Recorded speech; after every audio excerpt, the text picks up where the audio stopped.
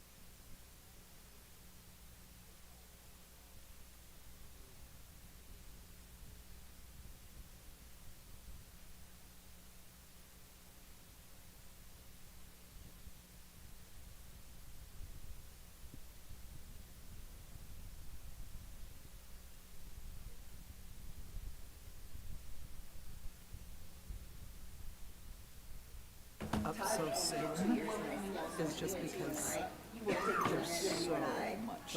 Yes, yes. Yep. And I try to work off both. Okay. Let's go. Everybody ready? Let's get this party Everybody started. good? We're getting better at that. Good evening. I'd like to call the February 26th board meeting to order and ask that you... It says it's on, but It says- Yeah. Test. It doesn't sound like. Testing. Test. It's not on. Ours is not on. Test. Hello? It's not on. You're not on. hey,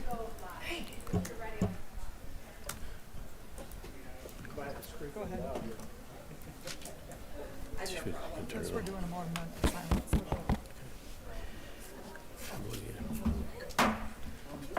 Good evening. It is 5:03 p.m. and I'd like to call the February 26th board meeting to order and ask that you join us in a moment of silence.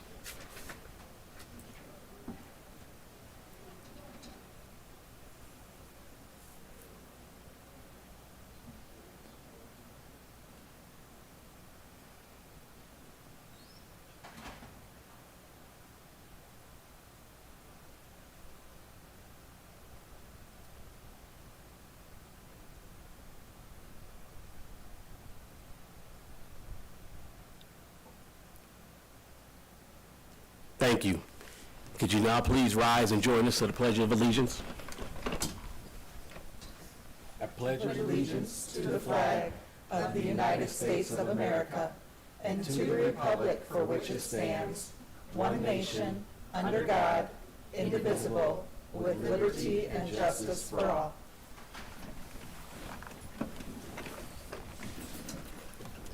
Thank you. And now we'll have our mission statement read by Director Mills. The Waterloo Schools community commits to a comprehensive system of education and support to assure that each and every student will graduate prepared for college, career, and citizenship, as evidenced by continuing education, pursuing a career path, and contributing to a community. Thank you. Now for the first item on our board agenda. It is a public hearing for the 2024-2025 school district calendar. In accordance with Iowa Code 279.10, a public hearing is required prior to adopting the school district calendar. The public hearing for the 2024-25 school district calendar is today. So I declare this open. And do we have any public comments today?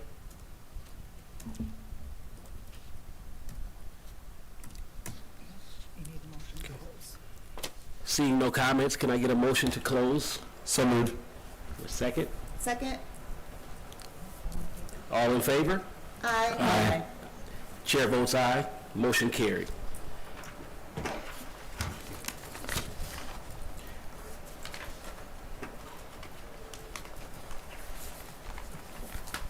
That brings us to our next item on the agenda, information from individuals and delegations. This is the opportunity where those who wish to address the school board may do so. We would like you to please keep your comments to less than three minutes or less. Ms. Arndorfer will hold up a yellow card when you have 30 seconds remaining and a red card when your time has expired. At that time, I will ask you to conclude your public remarks. Please also keep your comments respectful and constructive. We're all here with the goal of trying to help our students. Please avoid criticizing the job performance of specific employees of the school district. Personnel matters are confidential and must be handled through proper channels and not in a public forum. Finally, we provide this opportunity for public comments, but it's generally not a back and forth conversation, especially of those items not on the agenda. At times, we'll try to help if we can with information before or after the meeting. But we have to proceed with our board meeting agenda items. With that, I invite anyone who wishes to address the board to please come forward and start by stating your name and your home address. And please make sure the green light is on.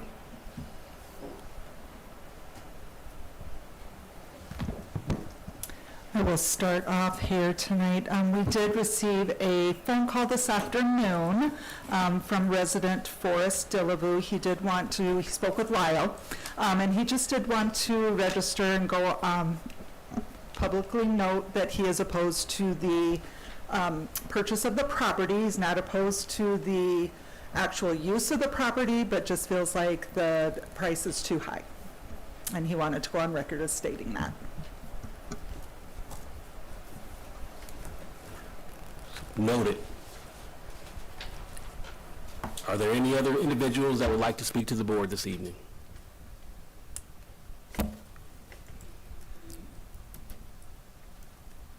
Just make sure you state your name and your address and make sure the green light is on.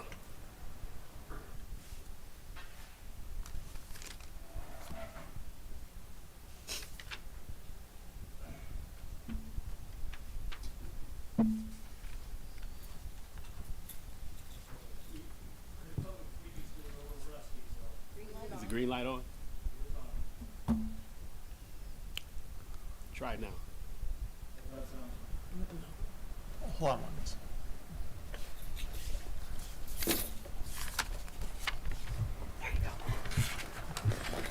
In my defense, it was a shade of green.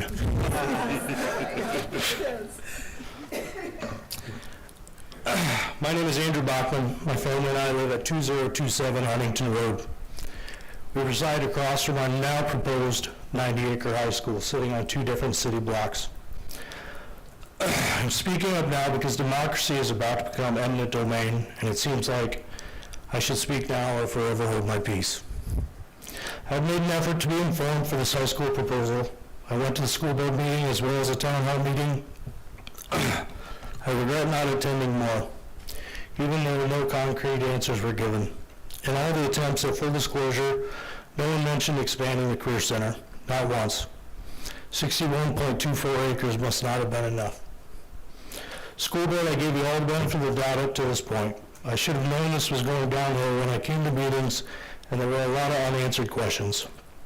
But I should have really known when the city cleaned up all the established brush and shrubs off of Katoski that something was really coming. At this time, I was told that we were cleaning these up every 3 to 4 years, the guy told me. As a guy that's lived there for more than 3 or 4 years, I don't think that's true.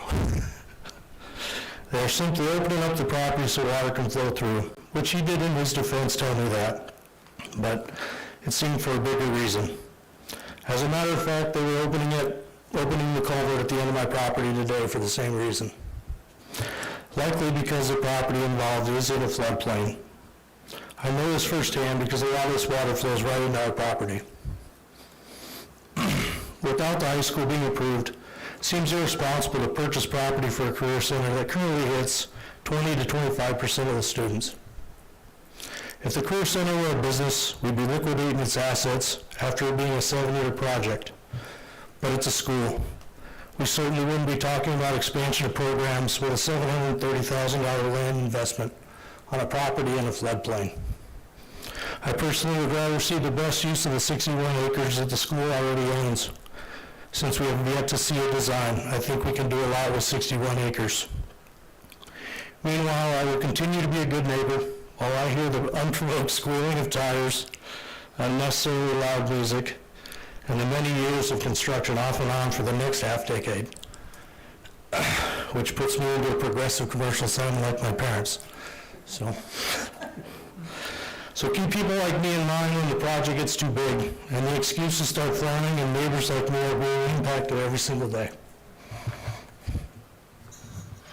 Thank you. Thank you.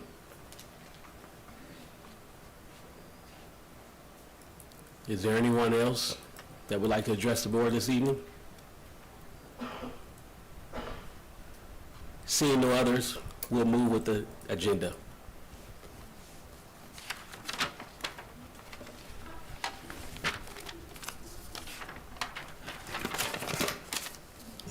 Since that is on the agenda, can I ask a question or no?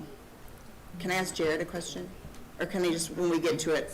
You do it on your board, Okay. in your board comments. Oh, okay. Okay, yep.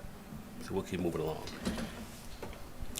Next item on our agenda is a school presentation from Irvin Elementary. Throughout the 2023-2024 school year, we will hear about the many amazing things happening in each of our buildings. In our first school presentation tonight, we will learn about Irvin Elementary Special Education Continuum from Principal Zach Zimmerman and Irvin Special Education Strategist.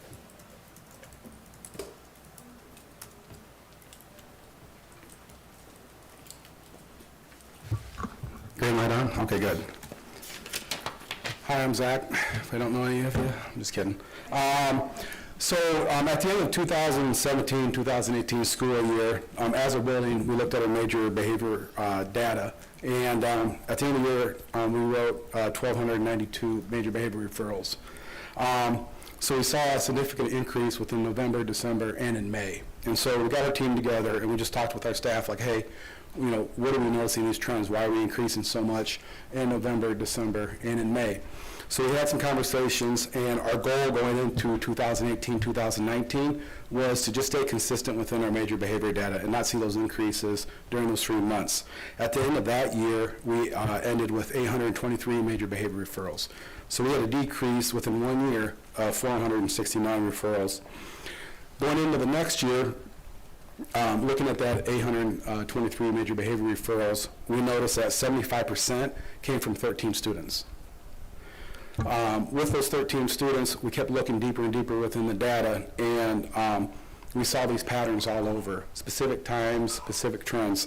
So we thought, what if our team could intervene before these times of escalation, and how, if we could somehow, prior to those times, pull them out just to regulate their emotions. So I came up with this idea, and I called Ms. Voss. Hi, I'm Paige Voss. I've taught at Irving for 6 years. Mr. Zimmerman called me.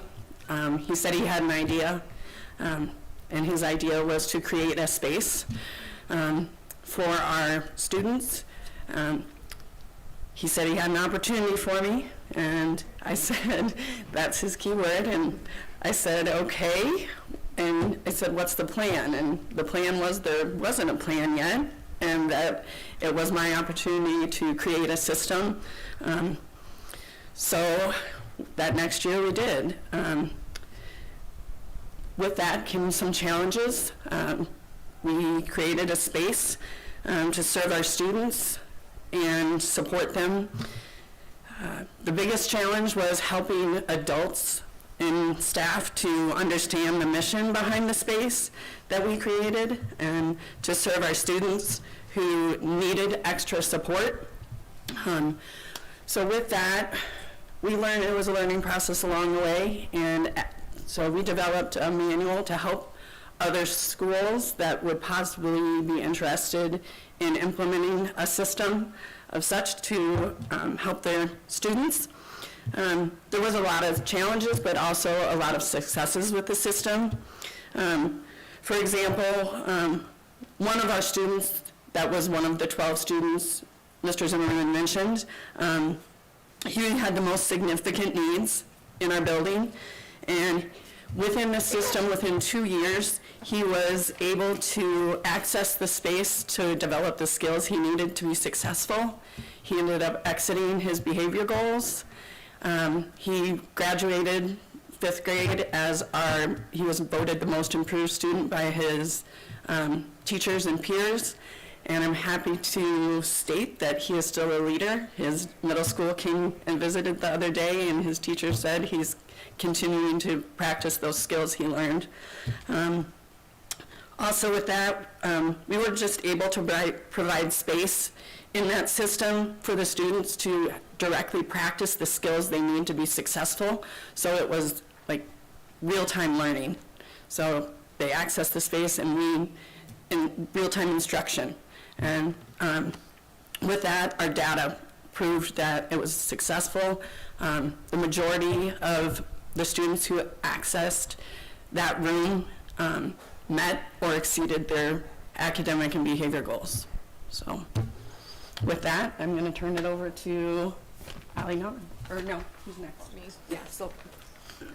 Hi, I'm Jenna Walk. I have been teaching at Irving for 7 years now, so I got a new opportunity this year from Mr. Zimmerman to run the flex room this year. So I've had the privilege of having some of my students in 2nd grade with and without a downstairs flex room, which we'll talk about later.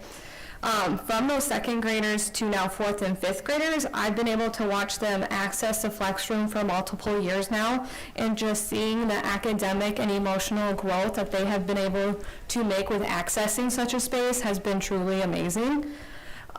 Also, when it comes to being a flex room teacher, you can do things a lot differently. You have a lot more flexibility to be able to provide instruction for those students. Within my schedule, I've been able to see what works best for students and see when they struggle and when they don't, so I can schedule around their times. For an example of that, I have a student currently who does better in the mornings versus the afternoons, so I provide more instruction in the morning, and then in the afternoons, we know that he needs that more support so he can access the flex room as needed to work on any academic work that he has in the gen ed room. I can change my schedule kind of whenever I want because I have that freedom, so I've just been able to create more opportunities and more success with those students when they have those challenging moments. So we saw huge successes within that 3rd through 5th grade flex room, and then we created a K2 flex room to meet our kindergarten through 2nd grade students. Hi, I'm Allie Tix. I've also been at Irving for 7 years. I did the K2 flex room for 2 years. And we really started that room, like Zach said, we saw a big need in kindergarten that year because a lot of our students that year, a very large percentage, did not go to preschool. They'd never been to daycare or in a structured environment of any sorts. So a lot of those students really needed a space to be able to go to regulate their emotions so they were ready to learn in the classroom with their peers. So adding that room was very impactful for the building's needs for our younger students, for themselves and their teachers. So I had another idea and an opportunity. I say opportunity way too much. They don't like it. But what we were seeing is some of our students, most at-risk students, weren't able to be served within Irving Elementary, and that really bothered us as a group because some of these students had some significant needs that at the time we couldn't currently serve. So we came up with another idea, and Ms. McKee. I'm Abby McKee, and I've been working at Irving for the past 4 years. So our K2 Flex Room has now transitioned into our extension room, and we are able to serve kids that would, before this room, would have to leave Irving to go access other extensive programs. We've been able to foster a community and inclusivity of providing a space within Irving for students that would not necessarily be able to stay here. So working on our hashtag Irving Family, they were allowed to stay at our school to be with their peers, but also giving them access to education and supports at Irving. Within my classroom, I service kids ranging from kindergarten to 5th grade. And then they are able to build relationships with different peers and their grade level peers throughout my whole school day. Creating this environment has allowed the students to access their social and emotional needs throughout the whole entire school day, which helps us demonstrate a commitment to a holistic development of students. This approach recognizes that education goes beyond just academics and emphasizes the importance of addressing the well-being of a child when they come into school.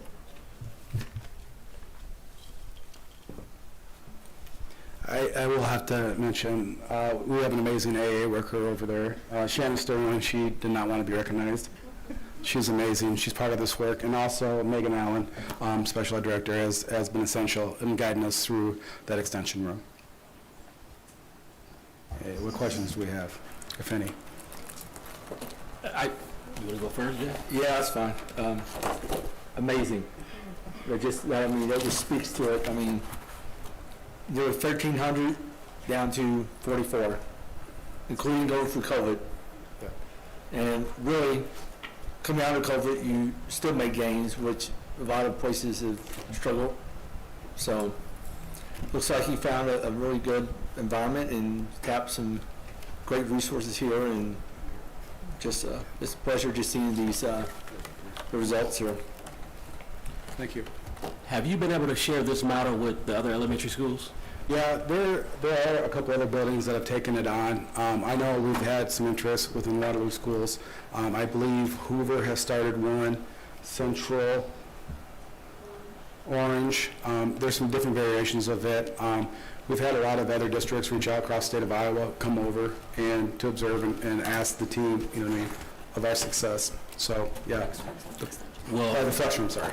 Well, before you give your secret out to the rest of the districts that are asking, we want to make sure we get this implemented in all the schools.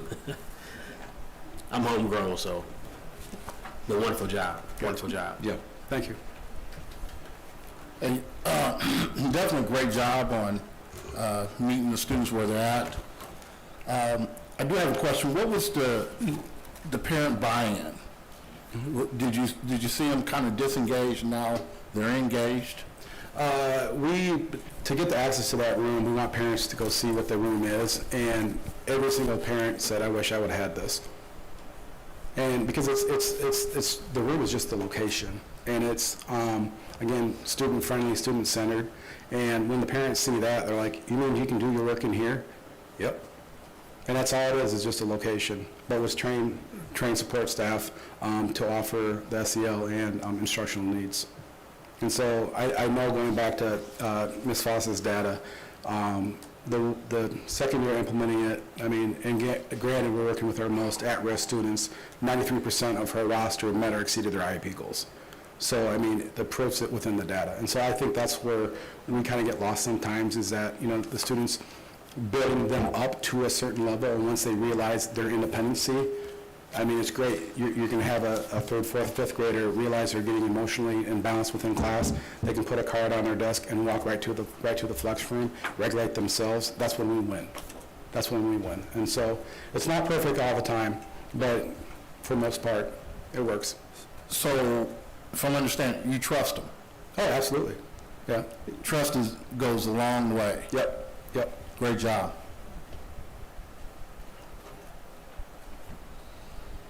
So is it just your kids with IEPs they're using, or can any kid have the opportunity? So initially, we focused on those 13 kids. Yeah. And then we found success out of those 13 kids. I mean, some of them exited their goals immediately. I mean, it was ridiculous how fast they exited. And then we started looking at students that we would see that there's some tendencies there, some consistent tendencies, and then we started accessing gen ed students into those rooms. If we had more capacity, we would have that K-2 room going, because the extension room right now is serving such a wide array of student needs, and she has a very full roster. But yes, we would add more students, because we think, what we do know, I mean, what, 5 years we've run it? 6 years? 5 years. 5 years. 5 years, we've only had 2 students that we felt didn't make it out. Wow. Yeah, and so we've had a lot of students go through there. If we could somehow open that up more to bring in more gen ed kids, because we kind of use that as a precursor before special ed. Like, we can get them into that room, give them what they need, and then usually it balances itself out. And if we need to then go next steps, then we have to change our instruction to meet those kids at. So if we could have the capabilities of it, yeah, we would offer it more, but it's just limited. Well, I think it's good because, you know, some students don't have IEPs, but they probably should have, but they didn't have support mechanisms to get those in place, or it may have not been identified yet as needing the extra support. You know, it's kind of but there's students that need help regardless of whether or not they have something documented or not. So I think it's good you're looking at your whole population and not just one subset. So. Yep. So you also looked at the social-emotional aspect and just kind of built that up, didn't you? Yep. Yeah, So their ability-wise is not the issue. The issue is... Yeah, it's a skill set. So it's funny, it's more or less, it's harder with the littler ones, but the older students, when they kind of know who they are as a person, I know it kind of sounds funny, but like at least they know, like, hey, this is what I feel like when I get upset. So I'll use Mr. Spaghettis as an example. So if he doesn't have 2 cups of coffee in the morning, he's kind of a bear to be around, right? We know that. I mean, he comes in, he's grumpy, that first meeting at 8 o'clock. We know that, so guess what? When he shows up and sits in his favorite little spot, guess what's waiting for him? A cup of coffee. And I think he likes 2 creamers, so then he has 2 creamers in it. That's all we do, is just make sure we meet him where he's at, now he's smiling. So then we know the day's gonna be better. Do you guys still use the watches, the monitors that Carrie started?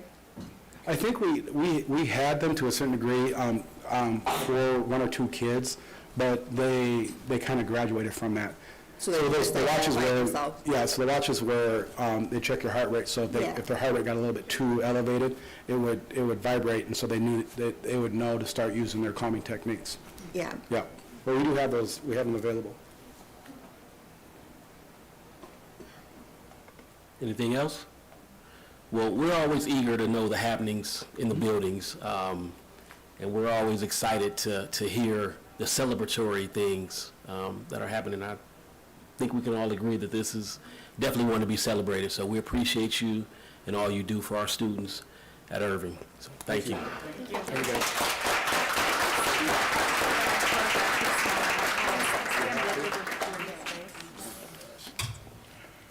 Megan really wanted me to. Well, Megan needs to be in here too, and Shannon.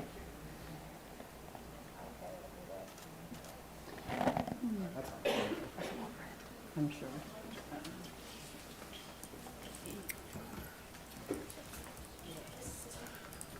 Okay, for tonight's second school presentation, we will hear from Jake Youngkent, Lou Henry principal, and his team about their building's culture and climate.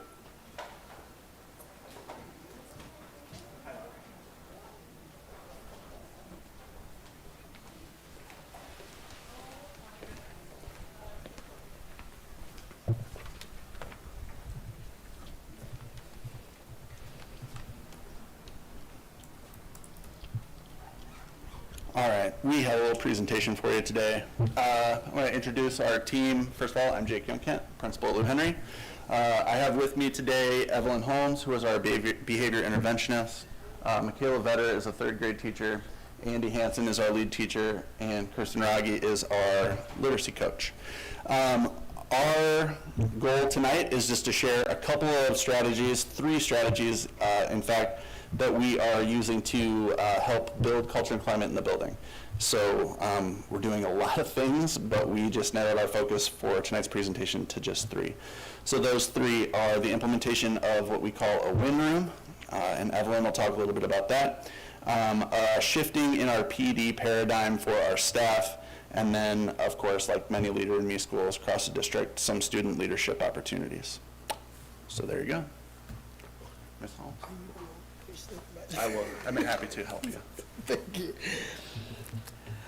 The wing room came about when Mr. Young came to me about renaming the intervention room. The WIN room, the WIN stands for what I need. When a kid comes to you in crisis, what is it at that time that they're needing? So we're teaching them how to co-regulation to build self-regulations, resettings and positive returns to class, and skill buildings. And it also gave me a chance to build relationships with the kids that comes to see me. Yeah. That's it. Thanks, Ms. Holmes.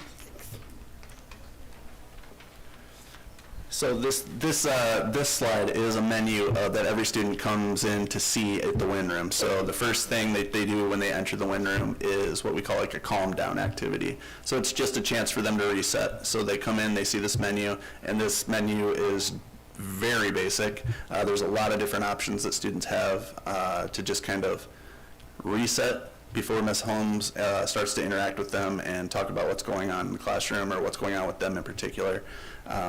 And we've seen some pretty awesome results from that this year. You're up. All right, so on the teacher side, and it affects students too, we've kind of changed our professional development days and the growth with that. So over the past 2 years, the schedule has looked like what you can see on your screens. So in the morning, we have 2 hours of district-determined learning. Usually that's with your grade level or your specialty area. And then we've also gone into then an hour and a half or so of SEL or building determined focus. So that's kind of our really focused time for meetings and digging into data and new learning.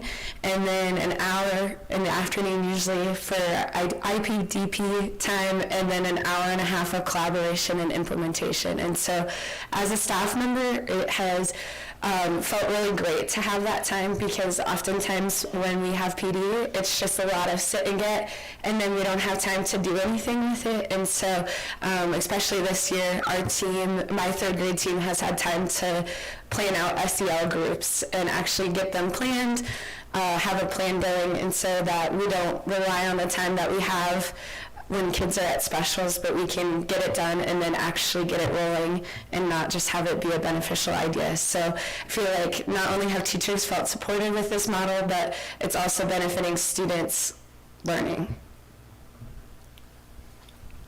So one of the big changes to our professional growth paradigm was also the inclusion of that hour that's dedicated to the individual professional development plan. What we found year after year is that teachers were identifying similar goals year after year. And so we really wanted to provide our teachers an opportunity to identify that goal, but then work toward that goal independently or in groups. So we just wanted to make sure that that was included in our PD day. You up? All right, so another strategy we wanted to highlight tonight is one of my favorite parts of Lou Henry, and that is giving each student a leadership job. It's part of the Leader in Me, of course, but we try to really ensure that each student has a job that they can take on for the year that showcases their talents in line with the paradigm, everyone has genius. So these jobs can look anywhere from teacher's assistant, so a fifth grader going to assist a kindergarten teacher, for instance, ST math helpers, again, older kids going to other grade levels to support them in ST math. Could be reading buddies, there's lunchroom cleanup, door holders, walking classes to lunch, which is kind of fun to see fifth graders leading kindergartners down the hallway. And the really awesome part of it is you can see pride on their faces when they're doing their job. If you can see on the picture up there, they wear some badges so everyone knows that they are doing their job and not just roaming the hallways at that moment. But that gives staff an opportunity to stop them, ask them, hey, what job are you doing? And their face lights up. They get to talk about their responsibilities and who they're helping. and it helps them develop a sense of pride, ownership, connection to the school. Sometimes when students are struggling, some of the things we do as a problem-solving team is try to identify some of those strengths that aren't being harnessed in the traditional classroom setting, and how can we match that student with a leadership job that's going to build their confidence so that it can impact the rest of their day. Yeah.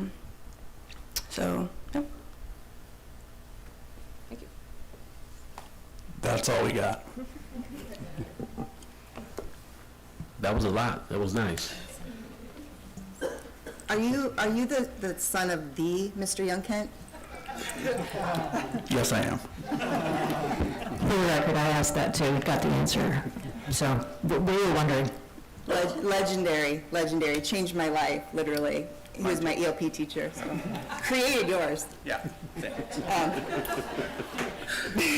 I did want to say, Andy, you were talking about the leadership, and I remember as a kid, so I did pretty well in school, so you got to go do stuff, right? Like decorate the Christmas tree, or you got jobs. But there were a lot of kids who never got to do anything, right? And my son, he kind of struggled. He has ADHD, but it's the just staring into space kind. So he didn't get picked for a lot of stuff either when he was a kid. And he has he still holds resentment. That's it's like a burr in him. So the fact that you're identifying kids who you wouldn't traditionally back in the day look at and say, that's a leader. It's a big deal. It's a big deal. Thank you for saying that, because I think sometimes the traditional way is for staff members sometimes to say, oh, they're not doing their job. No, they're not doing their academic work. They don't get to do their job, but we like to think of it in the opposite. Like, if they're not meeting, or if that setting's not meeting their needs, or if they need something else, that job is something that they can still feel proud of and they can still continue to work on. So, yeah, thanks. So in addition to that, there are 5 core paradigms in Leader in Me, and one of them Andy mentioned already is that everyone has genius, so we really want to search for that and help kids identify that genius. And then the other one that correlates really well with this is that everyone can lead. So it's kind of what you were saying there too. All kids should have an opportunity because all kids can lead in some way. What percentage of your kids would probably say access the win room? So one of the cool things that happened with the implementation of the Win Room is we also had a lot of classrooms adopt calm down corners. Mm-hmm. So right now, not very many. I would love to get our more updated data on that. Every student at Lou Henry can access the Win Room, so 481. But right now, I think probably on a given day, we probably have about 6. Okay. Yeah. And so a child can choose to go to win when they need to, right? Yep. So there's really there's multiple pathways to the Win Room. One is that I, as a student, have identified that I need something different than what I'm getting right now, and I need to take a break, and I identify that with my teacher. Another one would be that as a teacher, I may say to you, hey, let's go get reset and come back fresh. And then there's a whole bunch of other things too. Obviously, if there was some sort of break in a behavior intervention plan from an IEP or something like that, then that might be also included with the winner. Yep. I remember the traditional intervention rooms. I was a para in a BD room at Central, and they were not fun. And it was hard then to have a kid come back to class in a better mood after going to that intervention room. So this is a big deal. Yeah. So we really wanted to shift the paradigm from the kind of, this sounds really harsh, but bear with me, you need to leave my room, yes, to you need to go get yourself ready to come back. So it's a subtle thing, but it's an important thing, and I know that it has impacted our students. They really, most of them really see it as an opportunity rather than a punishment. We stay above the line rather than below, really. It's a way to stay above the line rather than below it, and stay in that positive manner and try to, be more constructive and stuff. So, Can somebody talk a little more maybe about what their own individual professional development plan looks like and what they have worked on? Yeah, so every year it changes, but this year our goal, sometimes we do it as a team so that we can work collaboratively, sometimes it's just individually, but this year we decided to focus on kind of reading comprehension as a whole. And so when kids hit 3rd grade, they start preparing for state assessments, and oftentimes 2nd graders into 3rd grade aren't used to the duration or longer tests, so, excuse me. So we've focused on Common Lit. So we've really worked on, as a class, graphing their data, putting it on a chart. It's not a name, but a star, and working on, okay, our class average was 47%. Let's see if we can get it up on the next one. What are some strategies? What are some ways? And so not only do they have like an individual graphing and responsibility, but also like a whole class. They know that they're part of a whole. So that was ours this year. In the past, I've done stuff with leadership jobs or leadership within my classroom, trying to have that student ownership, but kind of differs between grade and year and what your grade might need, but that's what mine looks like.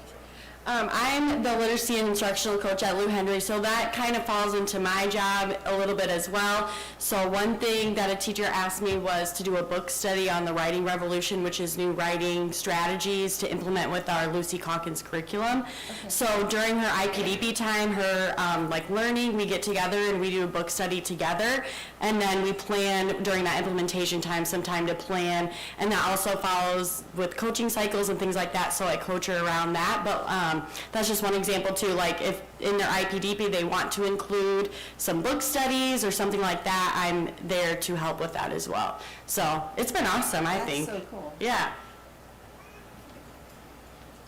Yeah, I think, I just want to applaud you guys with what you're doing there. You know, being able to kind of coach up kids and then giving them the opportunity of re-emphasizing what learning's about is, I think it's awesome. You know, it's about the calm down, reset. I like that. And I also mentioned about strengths. Someone mentioned about strengths. I think that's so critical at that age, them having an understanding a little bit what their strengths are, so they'll be able to navigate certain situations. So keep it up. Great job. Thank you. And kudos to your team for being innovative and meeting students where they are. So that's exactly what you're doing. So we appreciate everything you do for students. Have you guys shared the wind room idea with other buildings? Or are you doing it now? We're doing it now. Okay. No, there are similar structures in place in a lot of our buildings. So yeah, it's kind of a common thing. I'm gonna look next to me. Make sure all this information gets out to. We need to share this information with everybody. Just so the board's aware, we this year we've taken feedback from our administrators on our monthly professional development with our leadership teams. So what we're doing, what we started the last 3 or 4 months, is we're highlighting some of the things that are going on in the building so that other principals can hear from their colleagues. Yeah. So we haven't quite got to win time yet from my recall, but we did, the previous group, the Irving group did have a chance to share. Yeah. And like Mr. Youngkin said, there's a lot of similarities, I think.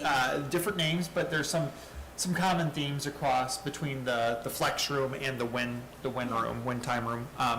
So yes, so in response to you, Aster, we know there's some great things going on in each of the buildings. We're trying to create a space for them to come and share with their colleagues, hey, here's what I'm doing, and then asking questions about how they can make that work in their own setting. And we're not just doing that for elementary, that's for all grade levels too, because there are some opportunities to see it, some structures like this to be done at the secondary level. So, yes. Yeah, Jake, I missed my visits over there. It's hardly been 5 years since my last one left you guys, so. Anytime, Jesse. All right, any more questions? Again, we'd like to thank you for all you do for students. Keep it up. Keep up the great work. Appreciate you.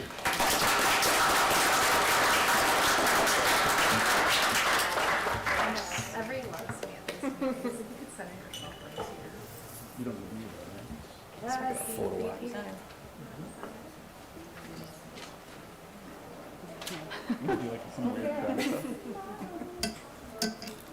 funny how awkward they get. Yeah, might as well.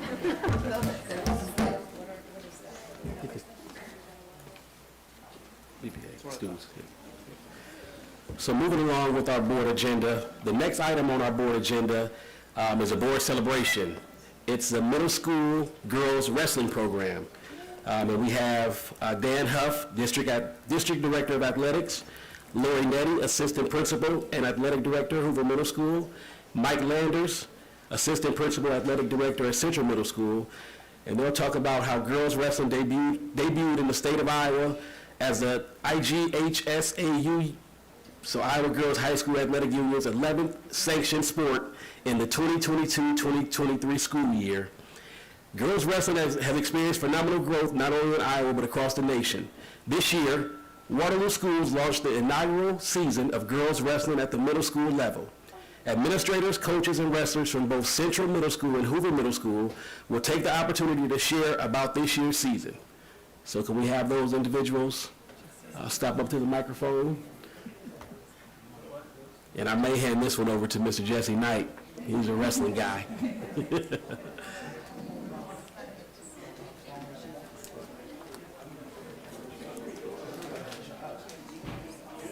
And we have students here as well. Nice. A lot of them.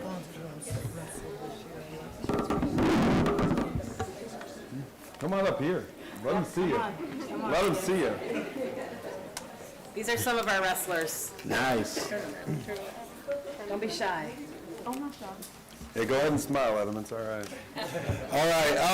First off, we'd like to obviously come out to the board and share all the great things that are going on with this program.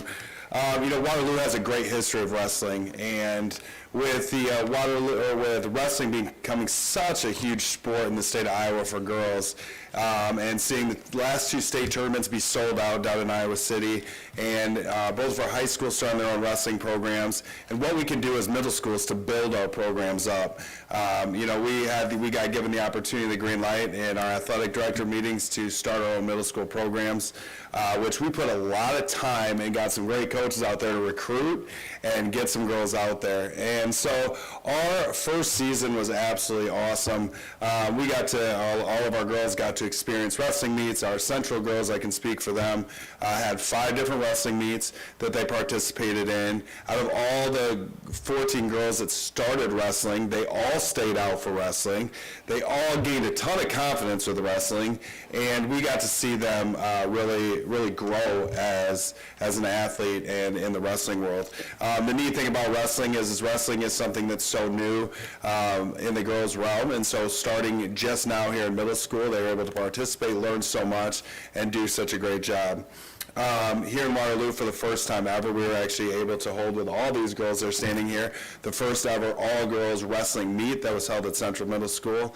And to be honest with you, I've got a picture that I will show to the board of all the different girls that participated in that one meet.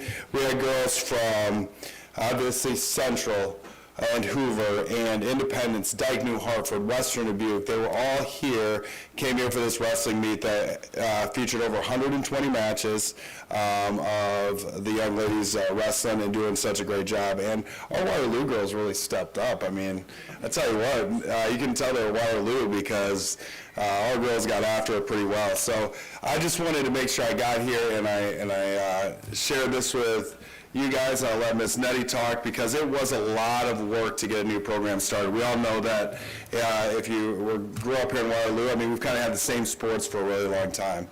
In the last 7 years, we've added soccer. Now we've added girls wrestling. And I mean, we're really starting to grow at the middle school with the opportunities that we're providing kids. And we even had some students that this was the first sport that they went out for. So getting them in and getting them excited about doing something has really helped out. So, Ms. Nettie? Good evening. Thank you for sponsoring this for our kids. We were super excited to get the ball rolling on this. We had, at Hoover, we had 16 girls sign up, and they were cleared, all their paperwork's turned in, their physicals are taken care of, ready to go, and we ended up with 13 girls that participated. One for sure that I know of, it was her first time never playing, or ever playing a sport at the middle school level, and wrestling was the first go. So we started from the very bottom and had to order singlets. We got our singlets. The girls had a say in it. They wanted pink, and I said we can't do all pink, but we'll try. So at Hoover, we've got our purple, navy, and just a little bit of pink on our singlets. So that was exciting, and we got those in just a couple days before our first meet. So that was kudos to Decker Sporting Goods for getting the rush on that for our girls to be able to wear brand new uniforms for their first meets. We only got 3 meets. We kind of got a late start with trying to get meets in. We went to Dyke, New Hartford. We participated there.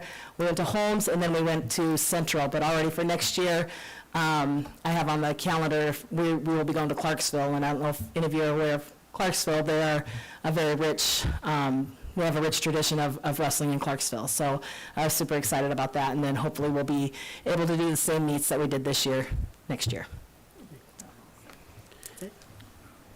And then, really quick, shout out a couple of things I want to make sure I do. I know the girls all want to be able to come up and say their names into the microphone, so we're going to make sure we do that right.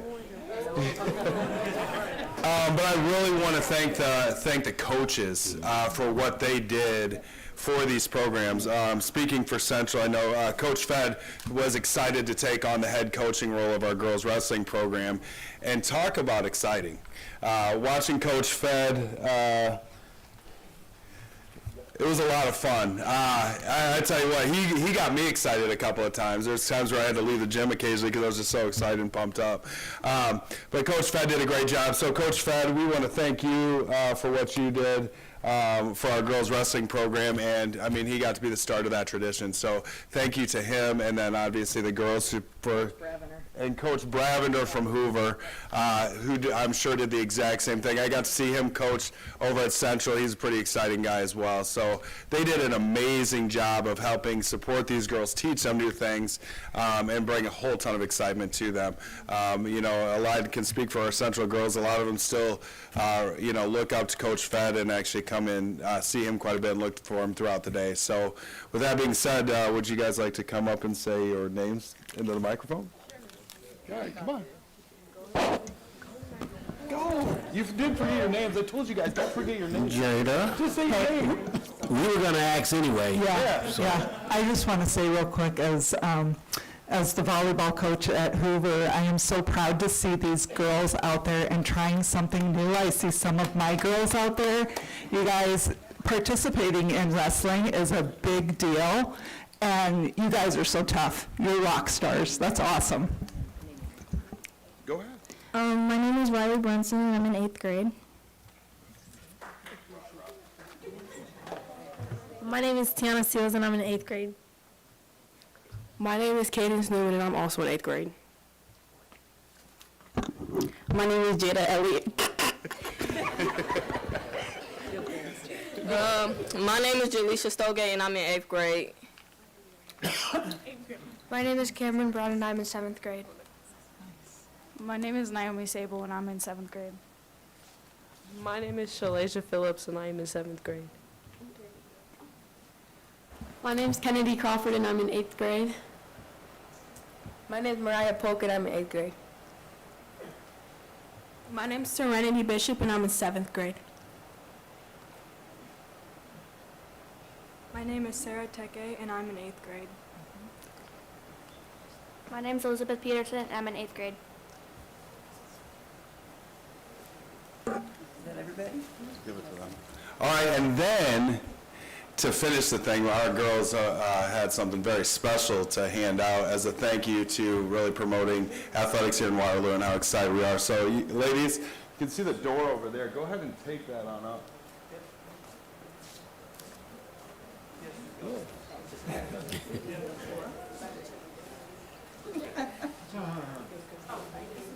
Must be this. Oh, it's going good, Jared.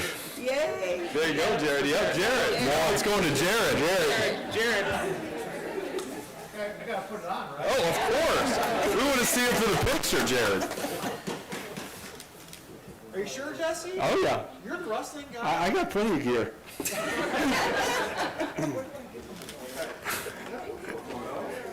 Now, the pink hoodies were a pretty big deal. They got a lot of girls very excited about going out. I wear I wear essential stuff. I wear. Yeah, absolutely. What do you guys think? There you go. Looks good. Looks real good.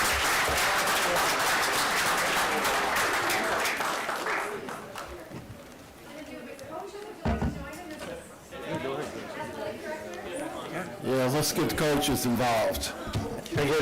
I just get a comment to the girls real fast here.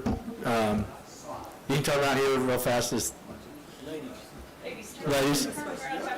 Just a comment here. So, I had a daughter who's graduated 2021 from West High, and she ran track and cross country until she was a wrestling manager until she was a junior. Her sophomore year, they were starting to do more girls wrestling before they sanctioned.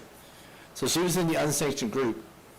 Now, I would never thought that she would ever wrestle. Her brothers wrestled, her older brother wrestled, her younger brother's still wrestling, and she went out. She struggled her first year. Her second year, all of a sudden, it all started clicking. She's everyone's match. And I would have never picked this child out to be a wrestler, but it was utterly amazing seeing her confidence just rise. Her confidence not in just wrestling, just everything. Like, she got much more, competitive in other sports. She got, even for academics and stuff, things where, she had confidence that she didn't have probably before men, and it was just amazing. And it was really big for me when she's like, I'm going off to college, out of state. She had all this confidence in the world that she probably wouldn't have, because she was not one to step off out of her comfort zone very easily. So it's fantastic seeing you out, and just hope to see you build. For anything worth, I think what I heard on the state is that girls wrestling next year is going to 2 classes at high school level. So that's a lot of growth if you're actually looking at 2 classes potentially. So. Well, so raise your hand if you're going out next year. Hey, ladies. Congratulations. Yes. Hey, ladies, I just want to reemphasize what you're standing for. You're actually setting the tone. You're setting that bar for women's wrestling. And I'm here to tell you, I'm over at Central all the time, so I know the girls, so I'm a little. I just think very highly of each and every one of you. The coaches, thank you for your time, because that's tough. It's tough. So I just want to reiterate, because setting the bar is nothing easy. And I just want to let you know you're setting that bar, just like Jesse mentioned about with his daughter. We're getting that pipeline going to our high schools, and that's awesome. So congratulations. So one thing, I know y'all tired of us talking, that's what we do. One thing that I want you all to do, first of all, congratulations, you're the first class. You're the first class in middle school, so you guys made history. How awesome is that? When you go back to your respective buildings, you're going to be the biggest recruiters. You're going to help these coaches. You guys love your coaches, right? They did an awesome job. So you guys are going to be their biggest recruiters, okay? So when you go back, you tell the students in your school how much fun you had, how exciting it was, and how, that you actually made history. So that's an expectation of us for you to tell people the enjoyment that you had with your first year of women's wrestling, okay? All right, is that a deal? All right, thank you.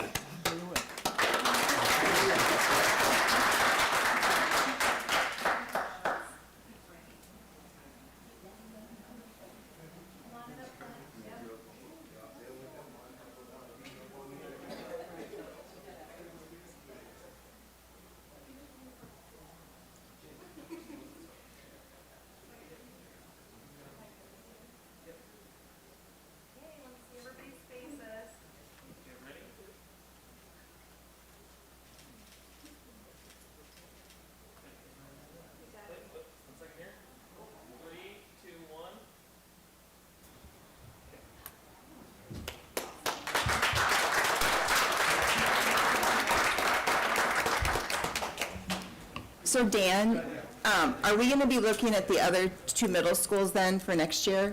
Of course. Okay. All right. It was just who could recruit and get kids, and I think these guys set some ideas out there that we're gonna put to use, and our goal is to have 2 more teams just like this. So thanks for asking.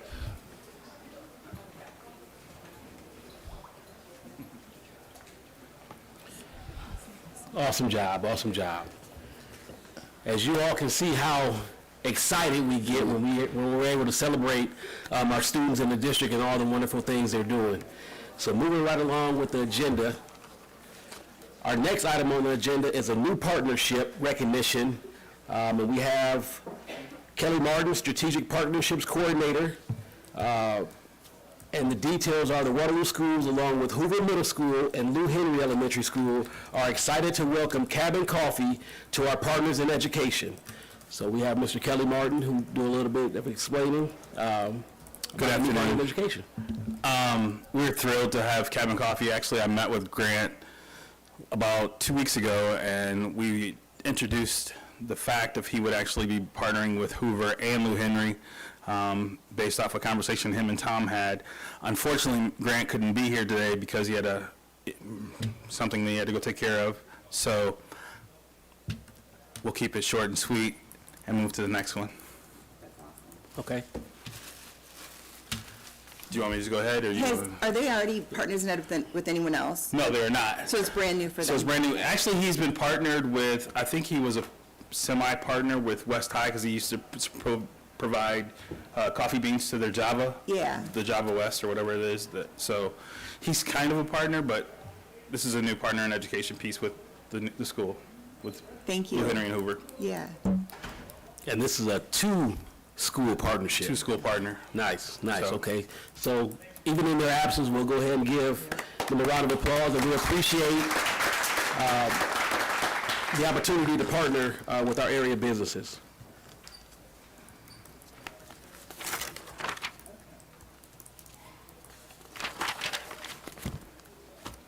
So since you're still at the mic, our next item on the agenda is a new partnership recognition with Fairway.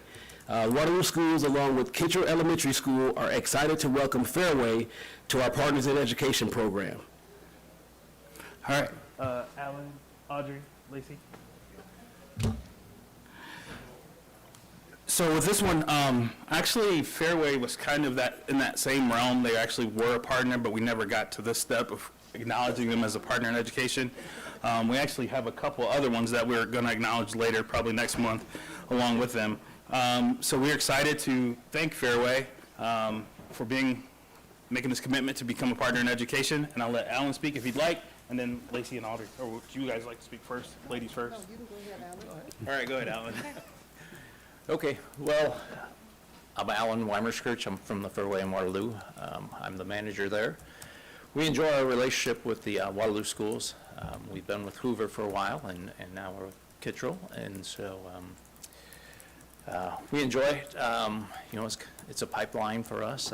You know, students are our future for our company, and so my daughter, years back, taught at Cunningham School, so always had a little bit of a special place in my heart for Waterloo schools. And she taught for 2 years and at Cunningham, and she taught 3rd grade, and her first year of teaching, she took all the students, their initials, and she tattooed them on her ankle. And she said when they graduate, she's coming back to find them their senior year. So that's how special she thought Waterloo Schools was.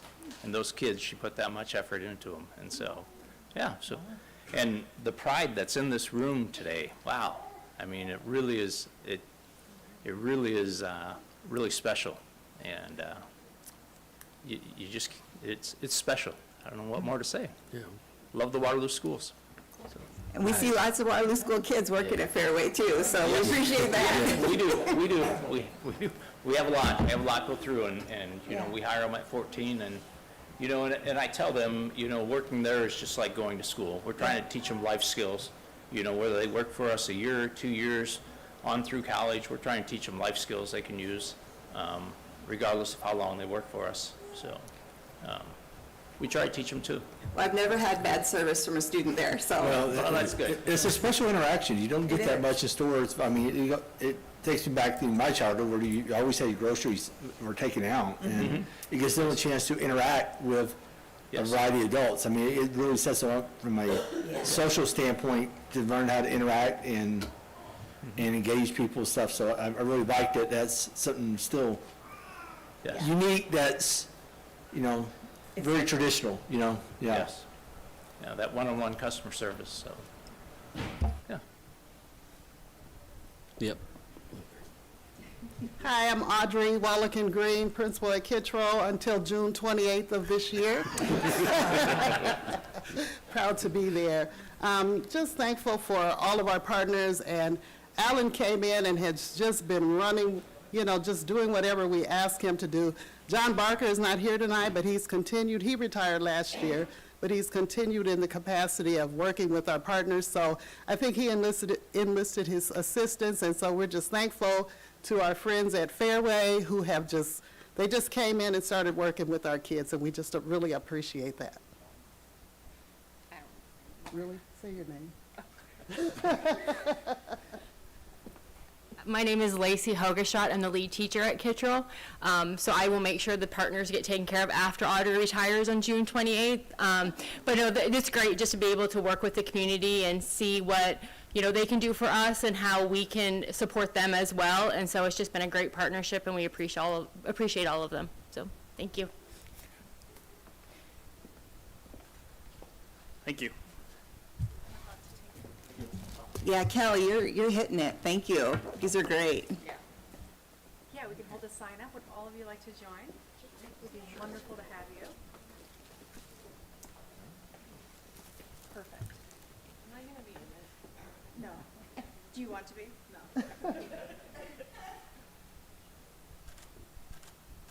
Great, thank you. Thank you. Thank you.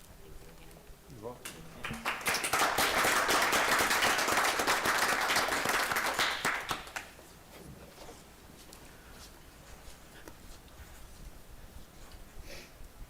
So again, thank you, Kelly, and the new partners in education as well.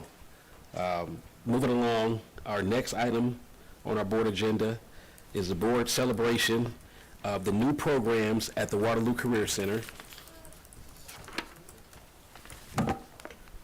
So I think we have Amy Meehee here, and the Waterloo Schools and the Waterloo Career Center are extremely excited to announce the addition of 5 new programs this fall. The new programs include hospitality, which is a returning program, advanced manufacturing, agri-science, beauty and wellness, cosmetology and barber, criminal justice, police science and power tech, academy, auto diesel collision repair. The new programs offer a blend of both concurrent and non-concurrent courses.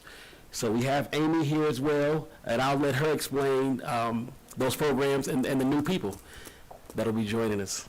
Yeah, good evening. We're very excited to offer these new opportunities in the coming year. I've brought the hires that we have most recently brought on our team here tonight. I didn't tell them they were going to speak, but I'm gonna throw them up here because I think some of them can kind of share some of their excitement for each of those programs. Kind of go in the order of hires. So I've got Talia Neiman in here with hospitality management. Tyler, if you want to kind of talk about some of the things you've done this last year as you spent building up your program and excitement for the fall. Hello, everybody. I know a lot of you already. I've worked for Waterloo Schools going on 10 years now. Currently at East, and getting really, really excited to get out to the Career Center full time.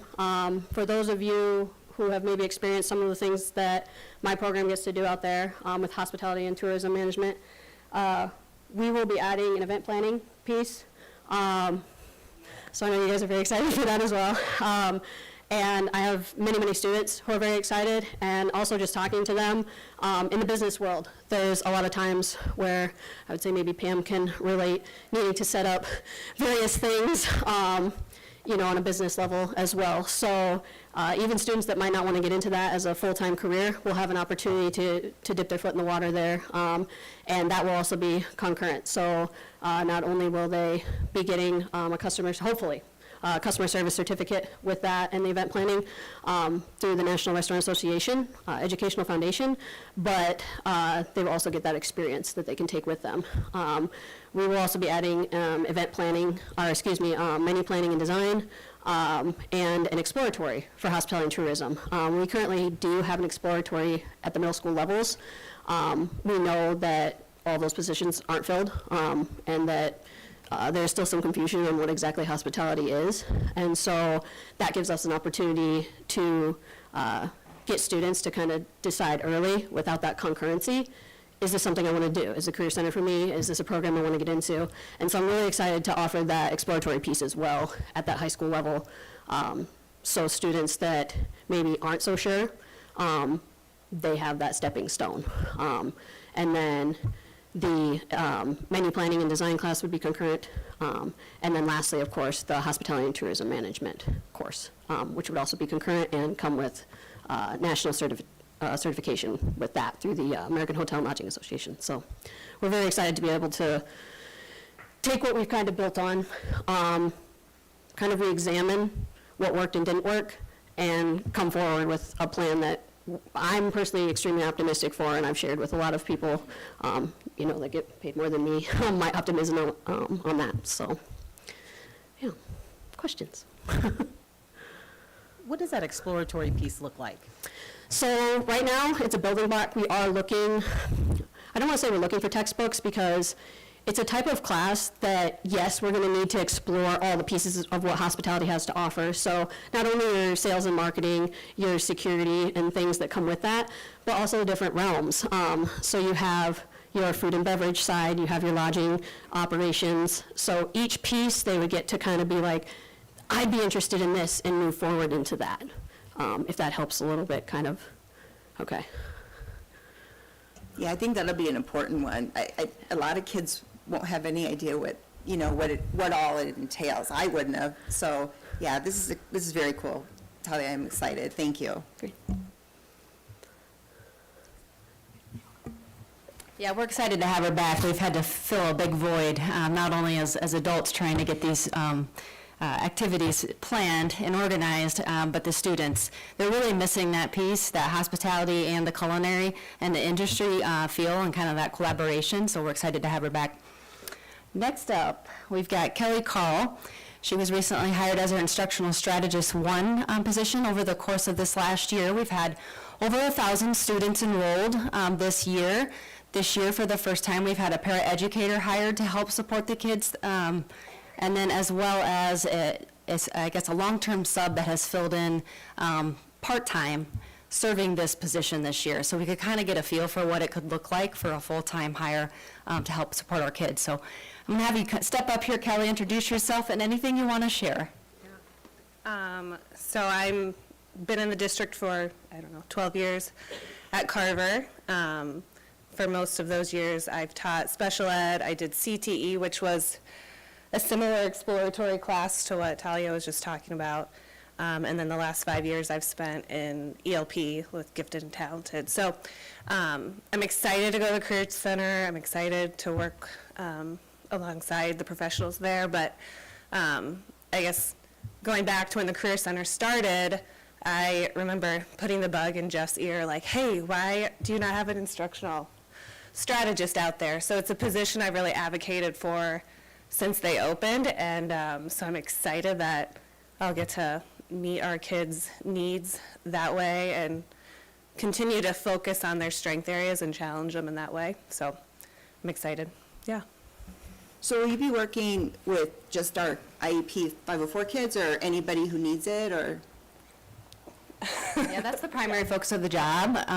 But with her ELP background, we see a lot of opportunity. You also have some Spanish speaking in your background, so we're looking to explore to see what this really can evolve into. But yes, that's the primary focus. Yeah. Excited. All right, thank you, Kelly. You can grab those little 2E kids. Yes. Yes. So no, I'm excited. Yeah. Next up, Hunter Hamilton. He's brand new to our agri-science program in FFA.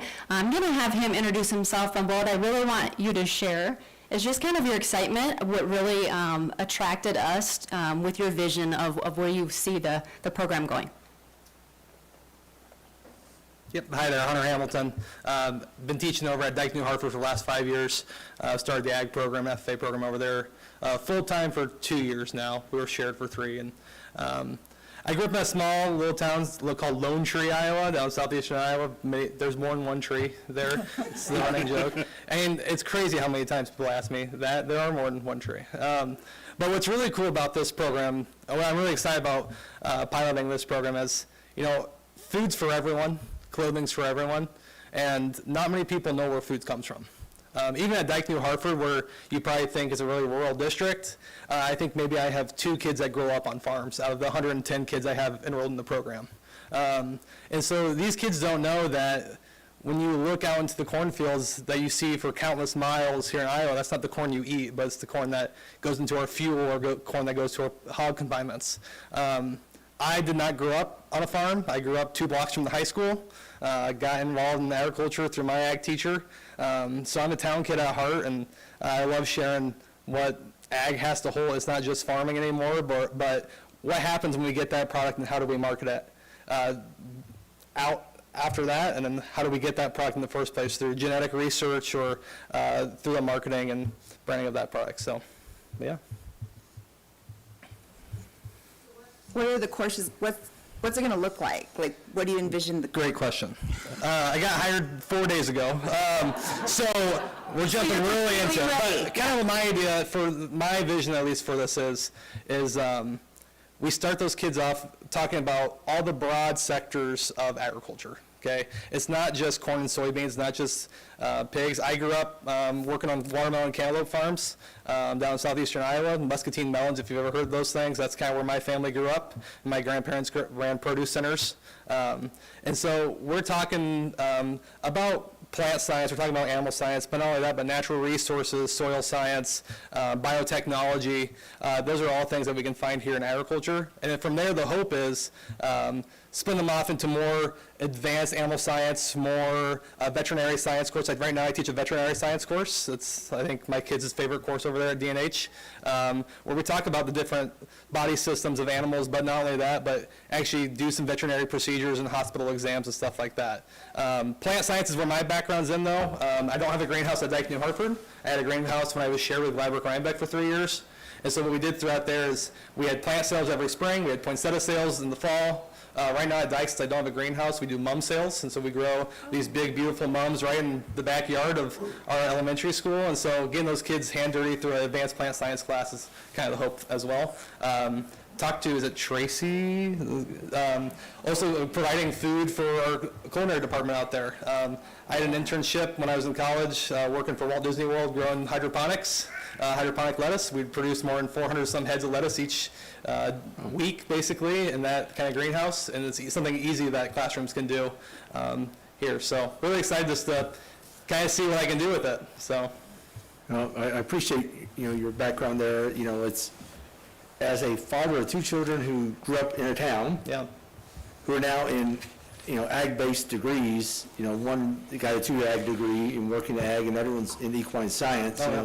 It is amazing how, kids do attract to areas, it might not be what they necessarily were growing up in. So it's, there's opportunity for all kids to explore there. And it was pretty amazing whenever, my background's engineering, but, I was helping my son with his ag classes. And, when I started reading into the, more of the agronomy piece of it, and some elements that really I didn't realize how much physics and science were in there, but I mean it's quite a depth there that was pretty eye-opening even for me after all these years. Like, wow, there's a lot more to this, the mechanics here of how nutrition and nutrients and stuff go through the soil, and that elements of it. Same with the plant science and stuff. So it was really, and my daughter would have for sure benefited. She ended up taking human anatomy, physiology and anatomy to kind of help with some of her, what she got into equine, and that really actually helped terminology and stuff. But, actual animal science course would have been even better, so, Yeah. yeah, looking forward. I think a big thing with ag is that many people don't know, like, there's jobs for them in that field, whether they want to be an ag or not. I always wanted to be a teacher, never knew I was going to be an ag teacher. I knew I wanted to be a history teacher in 6th grade. I had an awesome history teacher and fell in love with the ag side, and that's kind of the venue I found. But we have business people that there's so much business going on in agriculture. We got to find where to sell those products at. In the science spot, actually for our FFA chapter at Dike New Hartford, there's a contest called biotechnology, and we go through and we teach kids about how does genetically modified organisms happen and what are they actually, and how they benefit our agricultural industry. So there's really a slot for everyone in agriculture. It just depends on if you can find it or not. Yeah. Well, welcome. Thank you. And I'm assuming like we'll be able to find certificate programs, that kind of stuff will come in time, right? Like, Yeah, I'm aware of a few. We don't do any right now at Dike New Hartford in my program. There are some certificate programs through ICEV. They do some certificate stuff. That's a big one in Iowa, at least. Okay. The last couple of years been really pushed out, but there's some other ones as well. Very cool.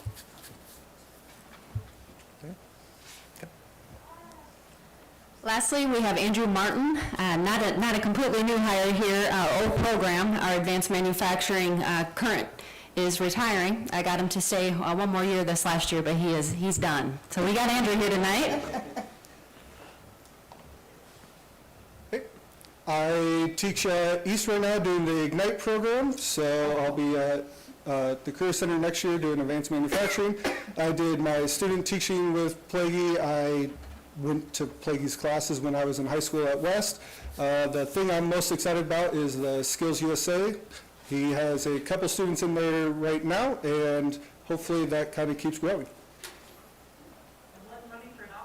Yeah. I love that you're homegrown. That's just so cool. So the last two programs, the Power Tech Academy and the Criminal Justice, we're currently doing interviews right now, so hoping to find someone there in their cosmetology as well. So hopefully in the next few weeks, we do find those people. Okay, nice. Well, I'm a city guy, and I've never thought about anything in the country, no farm, anything, and I actually got excited hearing about the ag science program and your expertise and just looking at it in a broader perspective instead of just thinking about corn just because we're in Iowa. So welcome for you. You're the newest. We appreciate you joining our team and look for you to do wonderful things in our district. Are there any more questions? All right. Thank you. Welcome. Thank and your you. support. Thank you, Amy. Thank you all.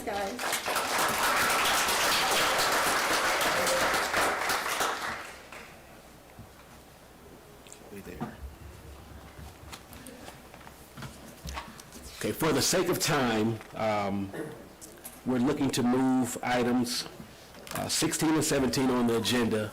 So if there aren't any objections, we have students in the crowd. So we'd like looking to move 16 and 17. Someone? Yeah. Oh, so the trips, is that what we're looking at, the 2 trips? Yes. Okay. Yep. So we don't need to take a vote Okay. if there's no objections. Okay. No objection.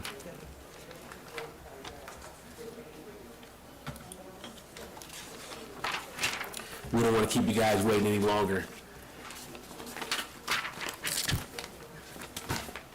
So the next item will be item 16, the West, East, and WCC BPA Nationals trip to Chicago, Illinois.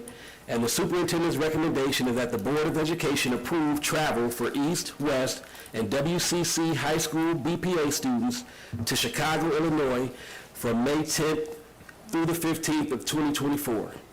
So moved. Can you guys see our presentation?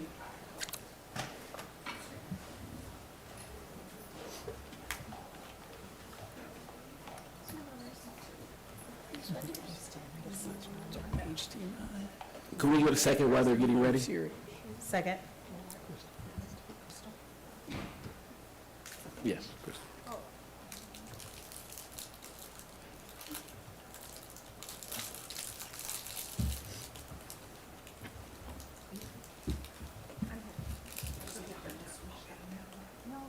This should be on my Yeah.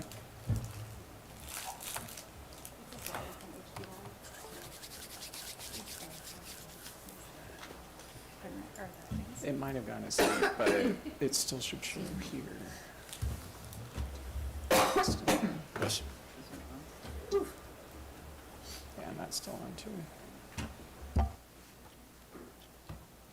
Laptop HDMI, right?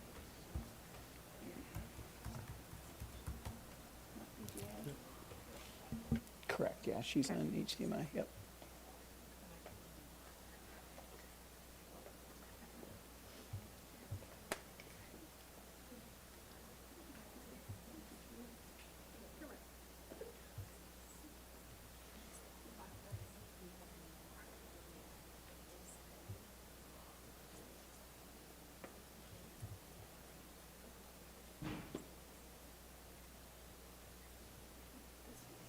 Here we go. Okay, I'll let you take it from there. Okay, thanks.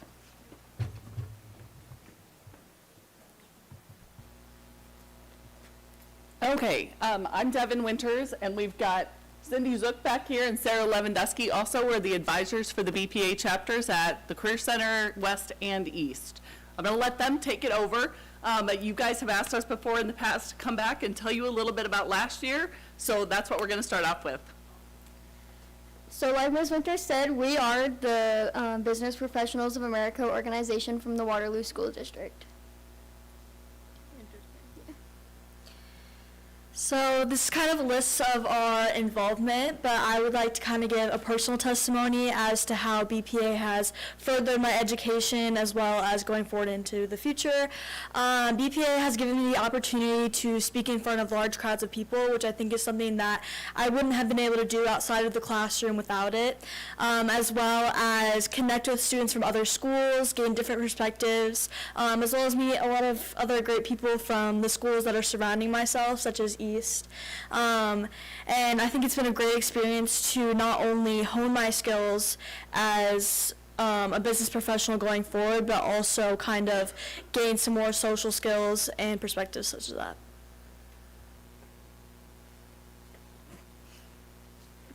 Last year we went to nationals in Anaheim, California, and we competed, and it was way cool. This is us in our competitions at nationals, and this is also our business attire and just us in our competitions. That wasn't state. That was not. So last year in California, we did many educational but also fun activities. We went to SeaWorld. We also did a seal boat tour, which was really cool. We got to learn about seals and their living environment. We also toured San Diego State University. I know that it gave a lot of us a good perspective into kind of what other colleges are out there, different university options outside of the state of Iowa. Here's some more activities that we did. We visited the Hollywood Walk of Fame, a boardwalk near us, as well as Disneyland. That was pretty fun.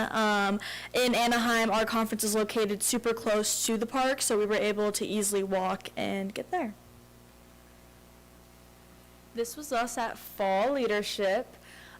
We got to converse with other schools around the state, and we were actually paired up, and we made a app about connecting and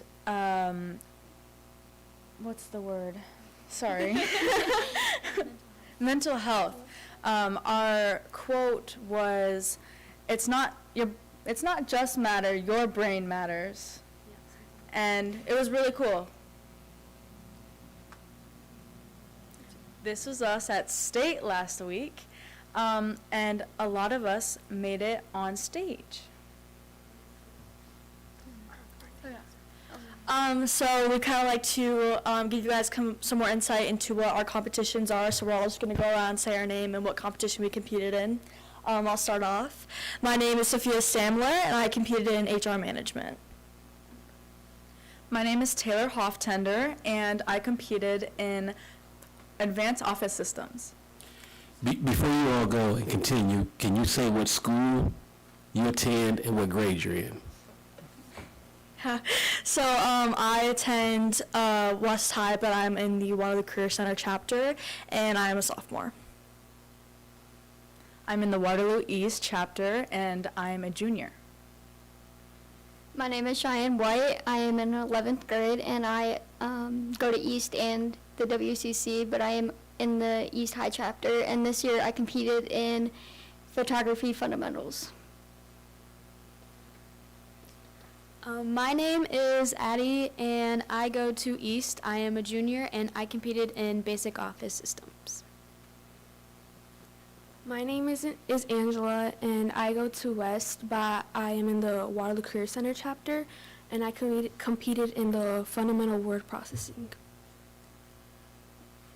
My name is Abigail Cooper, and I'm a junior at West, and I compete in health research presentations.